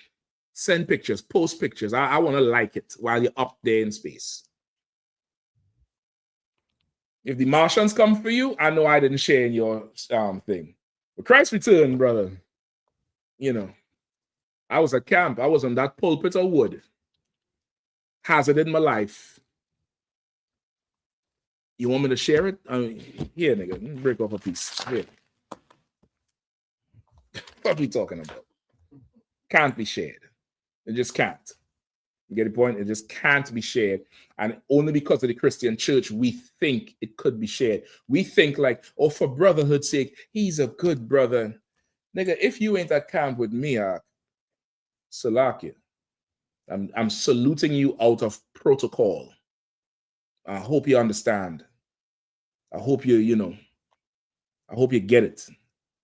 If you're not in camp, shoulder to shoulder, toe to toe with me, the salute you get is not brotherhood like how you think it is. Not, some mushy love and I feel sorry for you while you somewhere getting high, sucking on some shit another nigga suck on to get high, or fucking some slut like Shannon Sharp.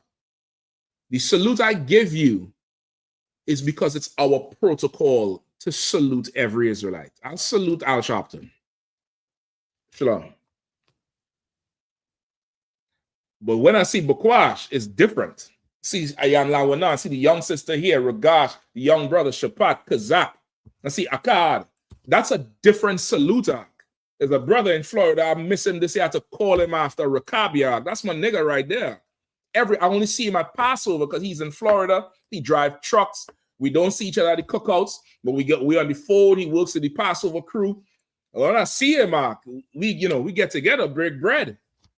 You think the salute I'm giving him is the same as you?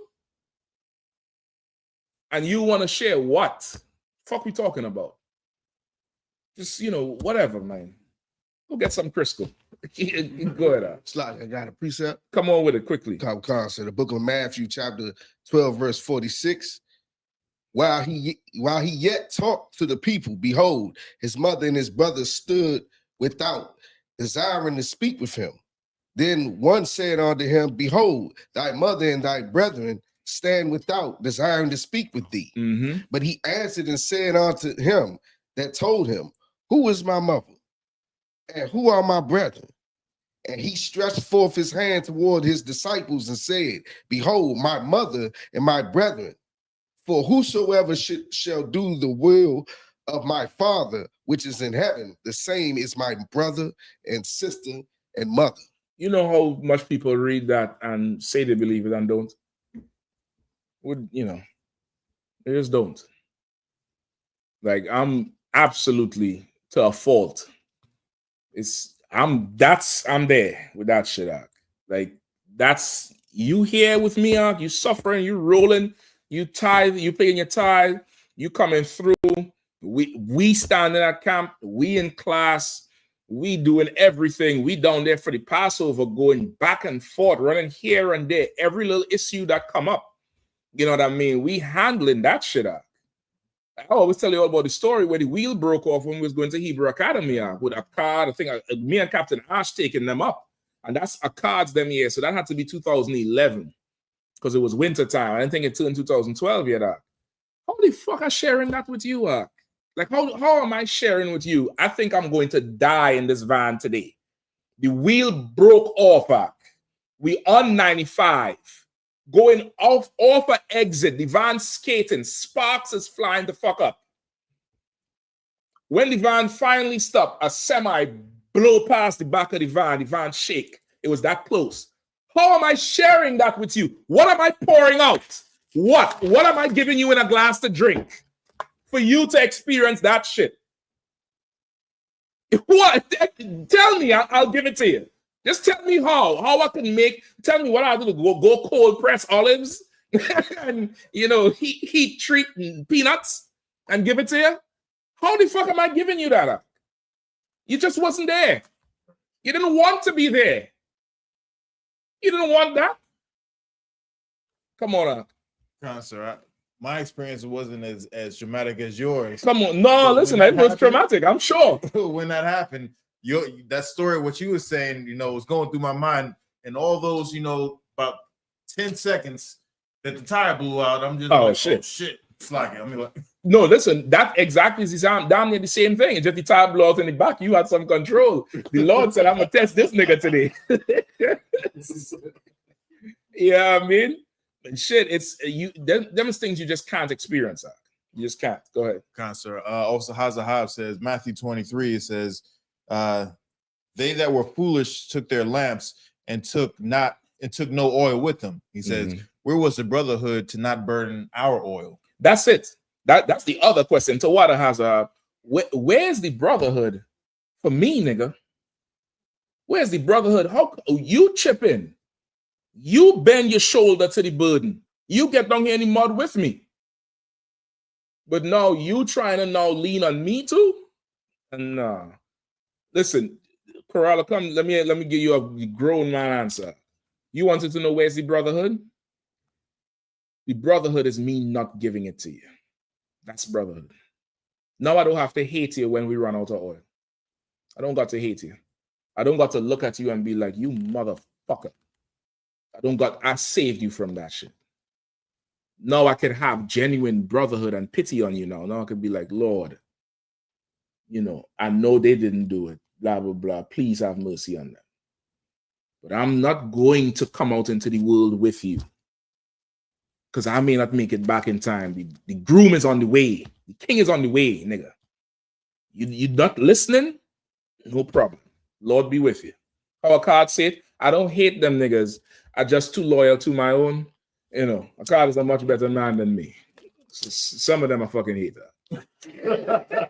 It's a lot.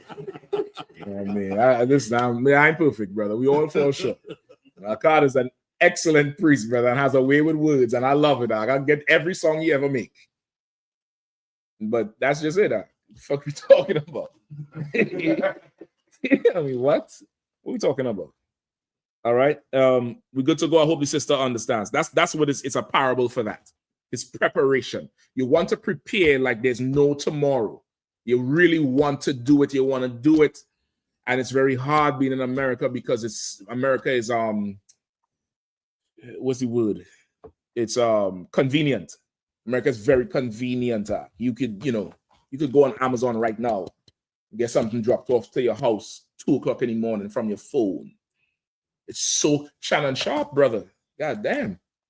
He's 50 something. The broad is what, 20? He got easily 30 something years on her. Somehow he's able to get her. Somehow that piece of trash, is able to get him. Imagine that. Like, it's so convenient. It's hard to really unplug. You should unplug. And that's the beauty of the UPK. Utilize this brotherhood. Talk to your brothers and sisters outside the country. Talk to your brothers and sisters outside your state so you can find out what's going on. But if you're in America, you want to talk to your brothers and sisters in Canada, in UK, in the Caribbean, in Jamaica, Trinidad, St. Lucia, Barbados, Mexico, Venezuela. You want to, look at their videos, see what life out there really is like, because it's coming. Get the point? It's getting here. So you could start to really prepare and take your mind out of this place and really focus. And somebody who does not want to prepare and build this house with you, somebody who doesn't want to sacrifice, somebody who makes every excuse that you go through on a daily basis, Lord be with them. Lord be with you. That's it.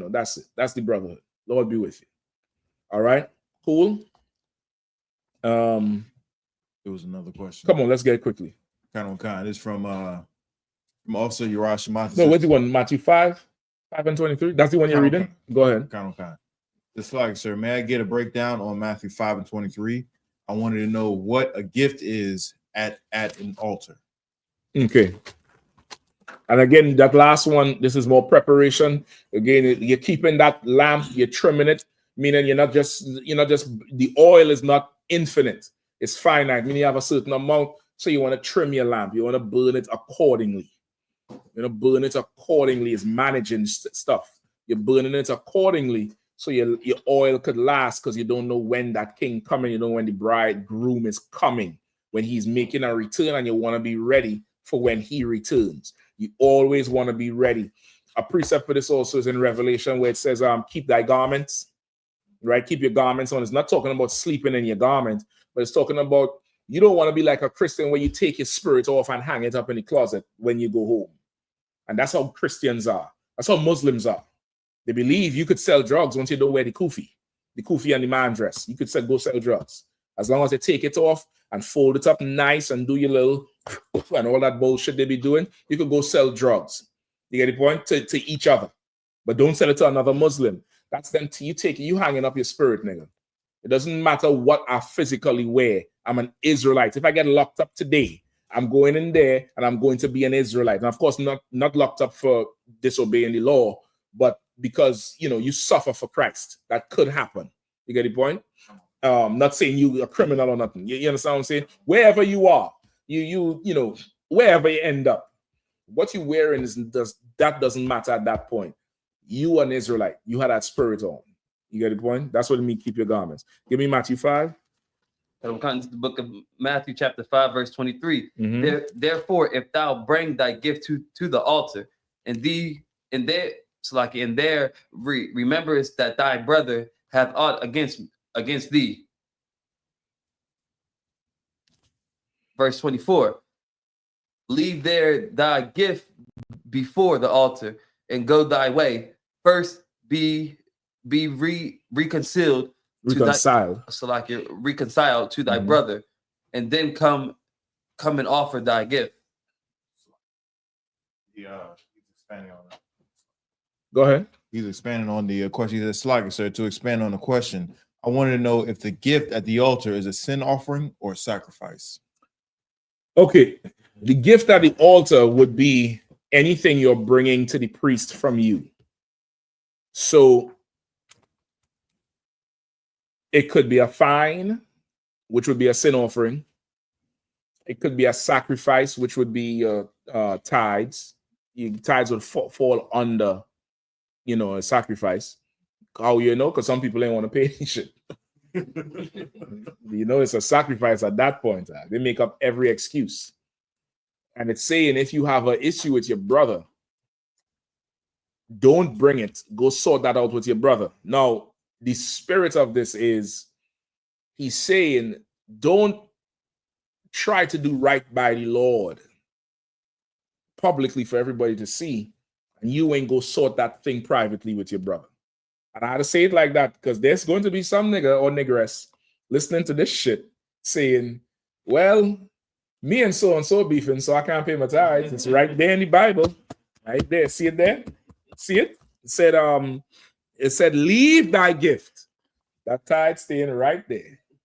Now, whatever happened to the tithes between now and, you know, when we sort this thing out, you know, it's not my responsibility.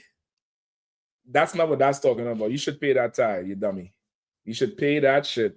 And, you know, we sort that brotherhood thing in due course. But that's what it is. It's the spirit of it is, again, being a Christian. Christians go up there and drop money and give, you know, plant a seed. They plant these seeds with Creflo and then $2,000, $5,000 and go right back, sit down next to the nigga in the pew and say, turn their back. Say to your neighbor, amen. Amen. That's the Christian church, right?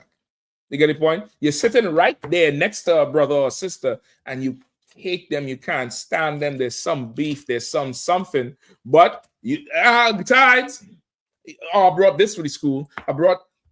You're robbing your brother and your sister of brotherhood right then and there, right there in the same place. Christ is saying, just keep your shit, nigga. You a hypocrite. Go ahead. Good precept. If I could paraphrase when he say, how could you say you love the Lord when you that you can't see, but your brother right here, you hate your brother who you can see. Oh gosh, that's a good precept for it. Okay. The spirit of this here is brotherhood. If you read further up in Matthew 5, just above this few verses, it's talking about brotherhood and how brothers should be with each other, sisters should be with each other. This is about brotherhood. This is about that thing where it's like you should be quick to sort an issue out. You should be like that. You should not be an hypocrite where you holding the grudge, then you holding it, you're not trying to sort it, but you making sure everything else gets done. The Lord seeing it. And remember, the Lord he ain't trying to spend your money out. That's not what he's about. He can't, he don't give a damn with it, pounds, US money, whatever, Jamaican money. He don't give a damn about that shit. Still pay it though. That's his law. But the brotherhood is what he wants. He's a father with children. And any father don't like their children to beef. Whatever they're beefing over, it means nothing to the father. You get the point? But he'll go in there and act like he care about a video game or who's sleeping on the top bunk or, who ride shotgun last week. He'll act like he care about that shit, but he don't. What he wants y'all to do is get along because he know he ain't going to be there forever. And he don't want y'all to take each other apart over the shit. You get what I'm saying? You got a question? Oh, you got to go? Okay, no sweat. You understand? That's what it's saying, Rash. All right. I hope you understand. Let me know what he's saying.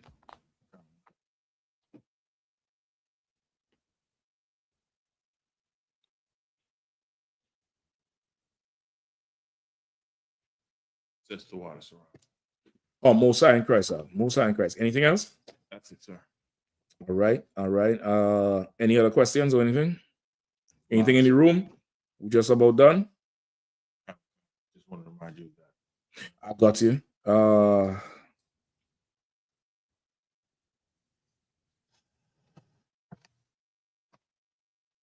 right, with that, pass the class over to Priest and Officer Shapat. Shapat, do the announcements real quick, all right?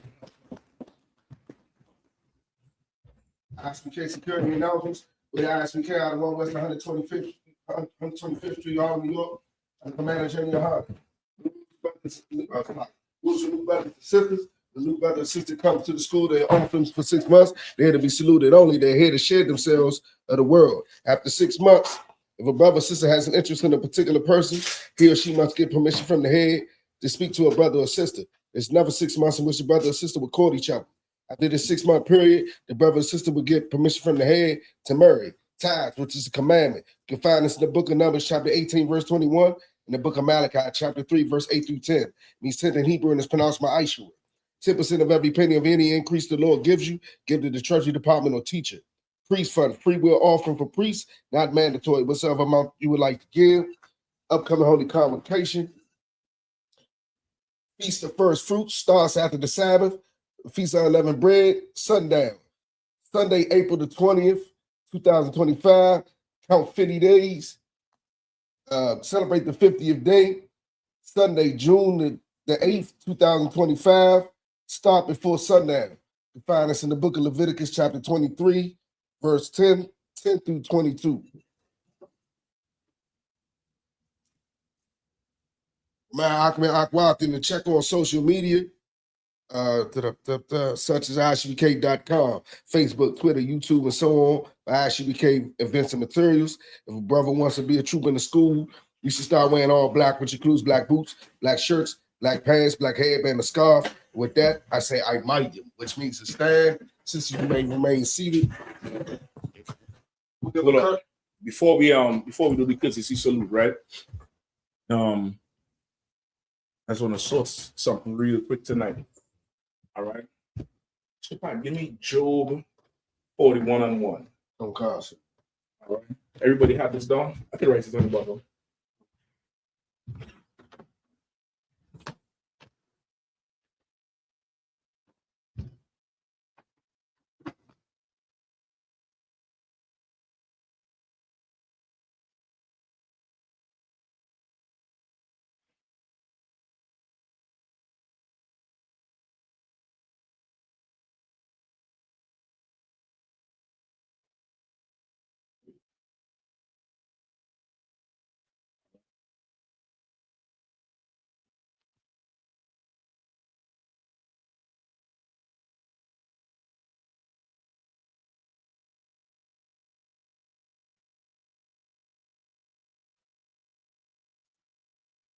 right. So give me read the scripture out, please. Come, sir. Book of Job, chapter 41, verse 1.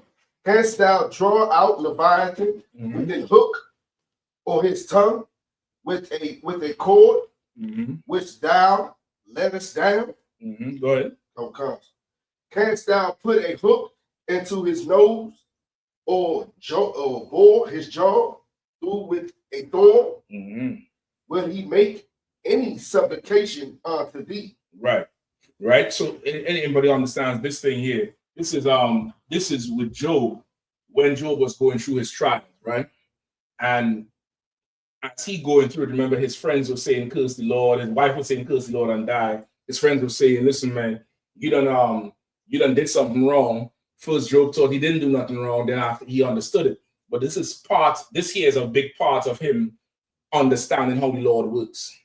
And this here, the breakdown on Job 41 is that Leviathan, right? You all heard of Leviathan, right? The word, right? The Leviathan is a sea creature, a beast, right? From the depths of the sea, Leviathan would be one of them old giant alligators or some like a sea monster that, you know, they make movies and books about it. Moby Dick, the giant squid. They find some other thing now down in the deep that, you know, you need light to see. But a fisherman can't do that. A fisherman can't pull that out. A man can't pull those things out of the water and, you know, put it in a pot. No man could destroy Leviathan. Get the point? Only the Lord. The Lord is the one who could pull him. The Lord is the one who could raise him up. The Lord is the one to do it. You get the point? Because this is Leviathan. This is something a man has to understand, that with life and with everything, like nothing you do is of any consequence if the Lord is against it. You get the point? And the Lord has to be with you with everything.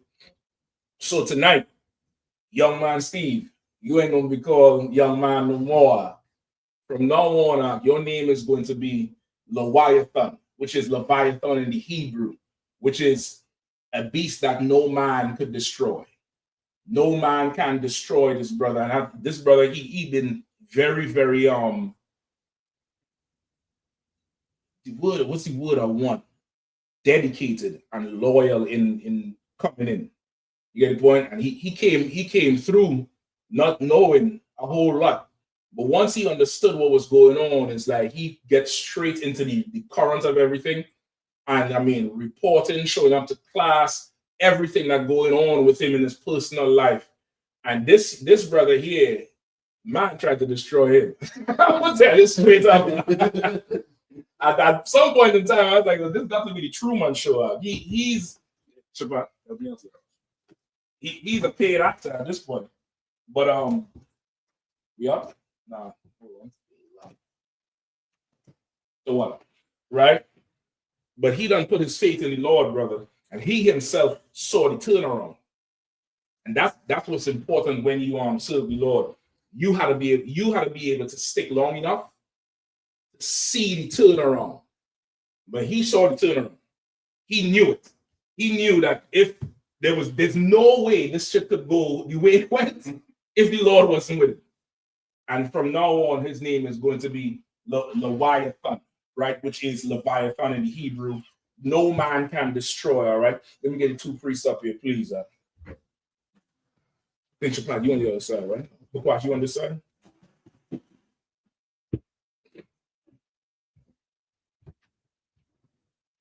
All right, make sure the camera is on the brother. Brother, you can step right in front thing right here. Just make sure the camera is on him. It's on him? All right, quickly. All right, just pour the oil on him if you don't mind.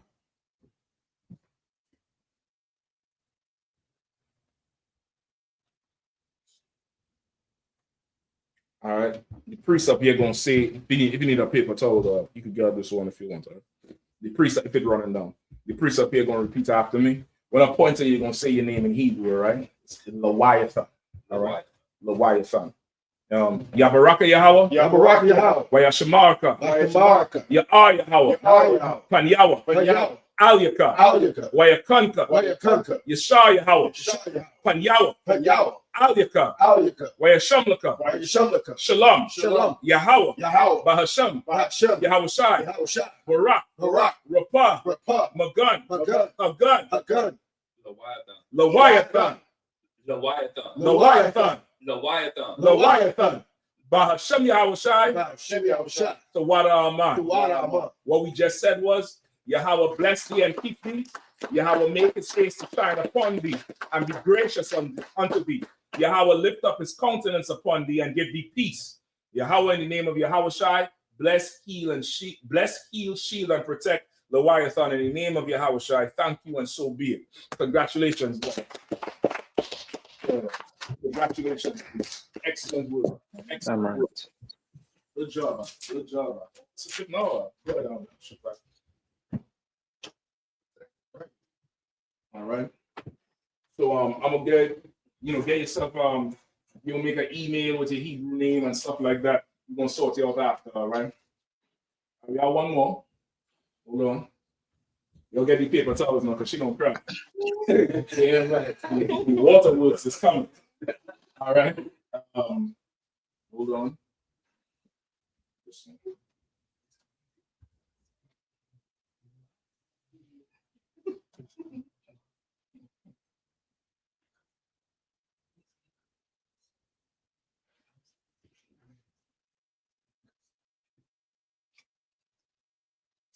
Shabbat trying to mess him up. Yep, that's it. All right.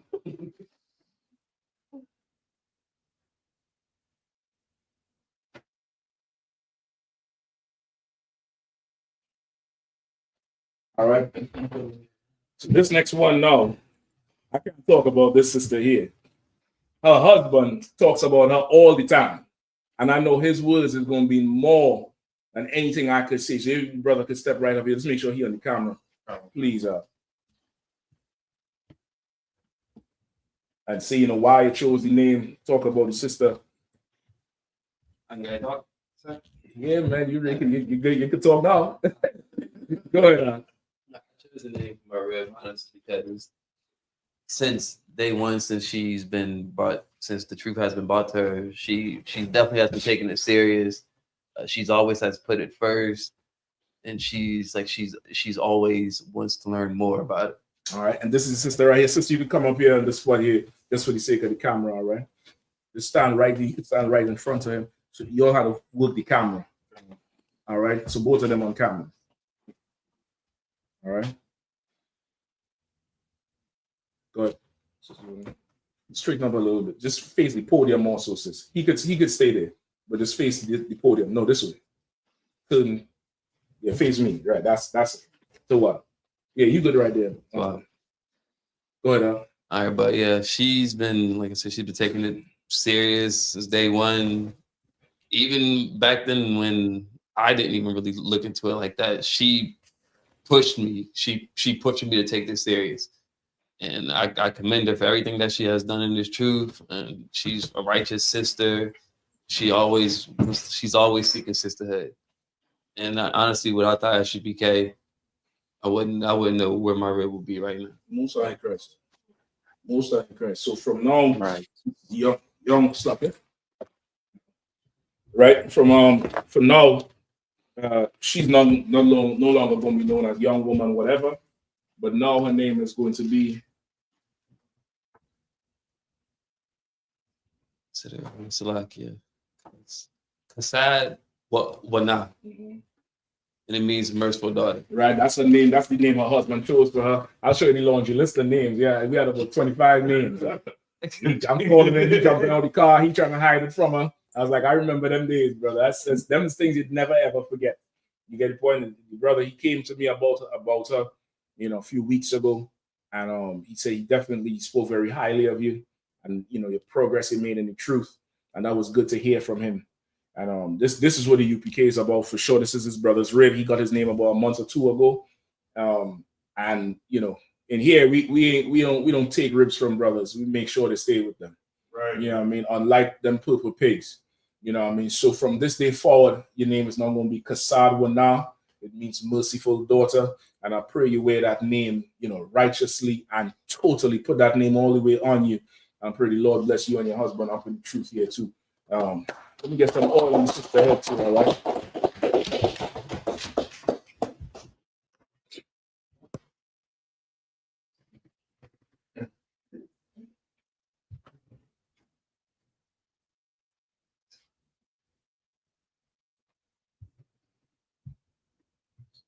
You can come in. Give her the paper, so they're running down now. Yeah, no, sir. All right. When the priest up here say after me, sis, on a point, so you're going to say your name, all right? Yabaraka Yahweh. Yabaraka Yahweh. By Shamarka. By Shamarka. Ya are Yahweh. Are Yahweh. Hold on. Salaki, Leviathan shit. Salaki, I do you wrong. You like it anywhere. This saw you. It looks like it was me up there. Salaki, Yabaraka Yahweh. Yabaraka Yahweh. By Shamarka. By Shamarka. Ya are Yahweh. Padyawa. Al-Yaka. Waya Kanka. Yashar Yahweh. Padyawa. Al-Yaka. Waya Shamlaka. Shalom. Yahweh. Bahashem. Yahweh Shai. Barak. Rapah. Magun. Hagun.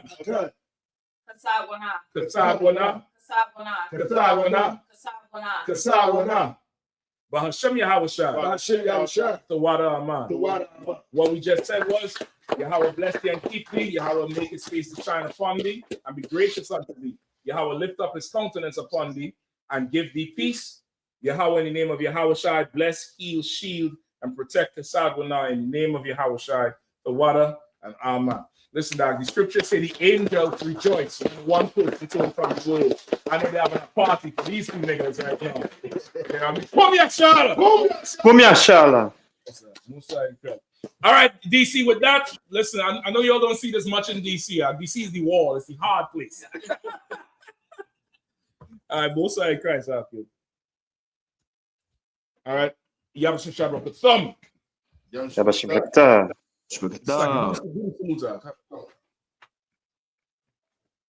Quickly up. Men of Israel, we're going to give a courtesy salute to the teacher. Men of Israel, Mount Shabbat. Yahweh Shem Yah Shai Brakatham. Yahanna, Saul speaks the turn. This is you may stand.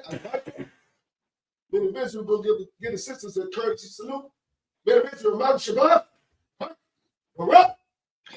Yahweh Shemala Tan Ba Shem Yahweh Shai. Yahanna, class dismissed.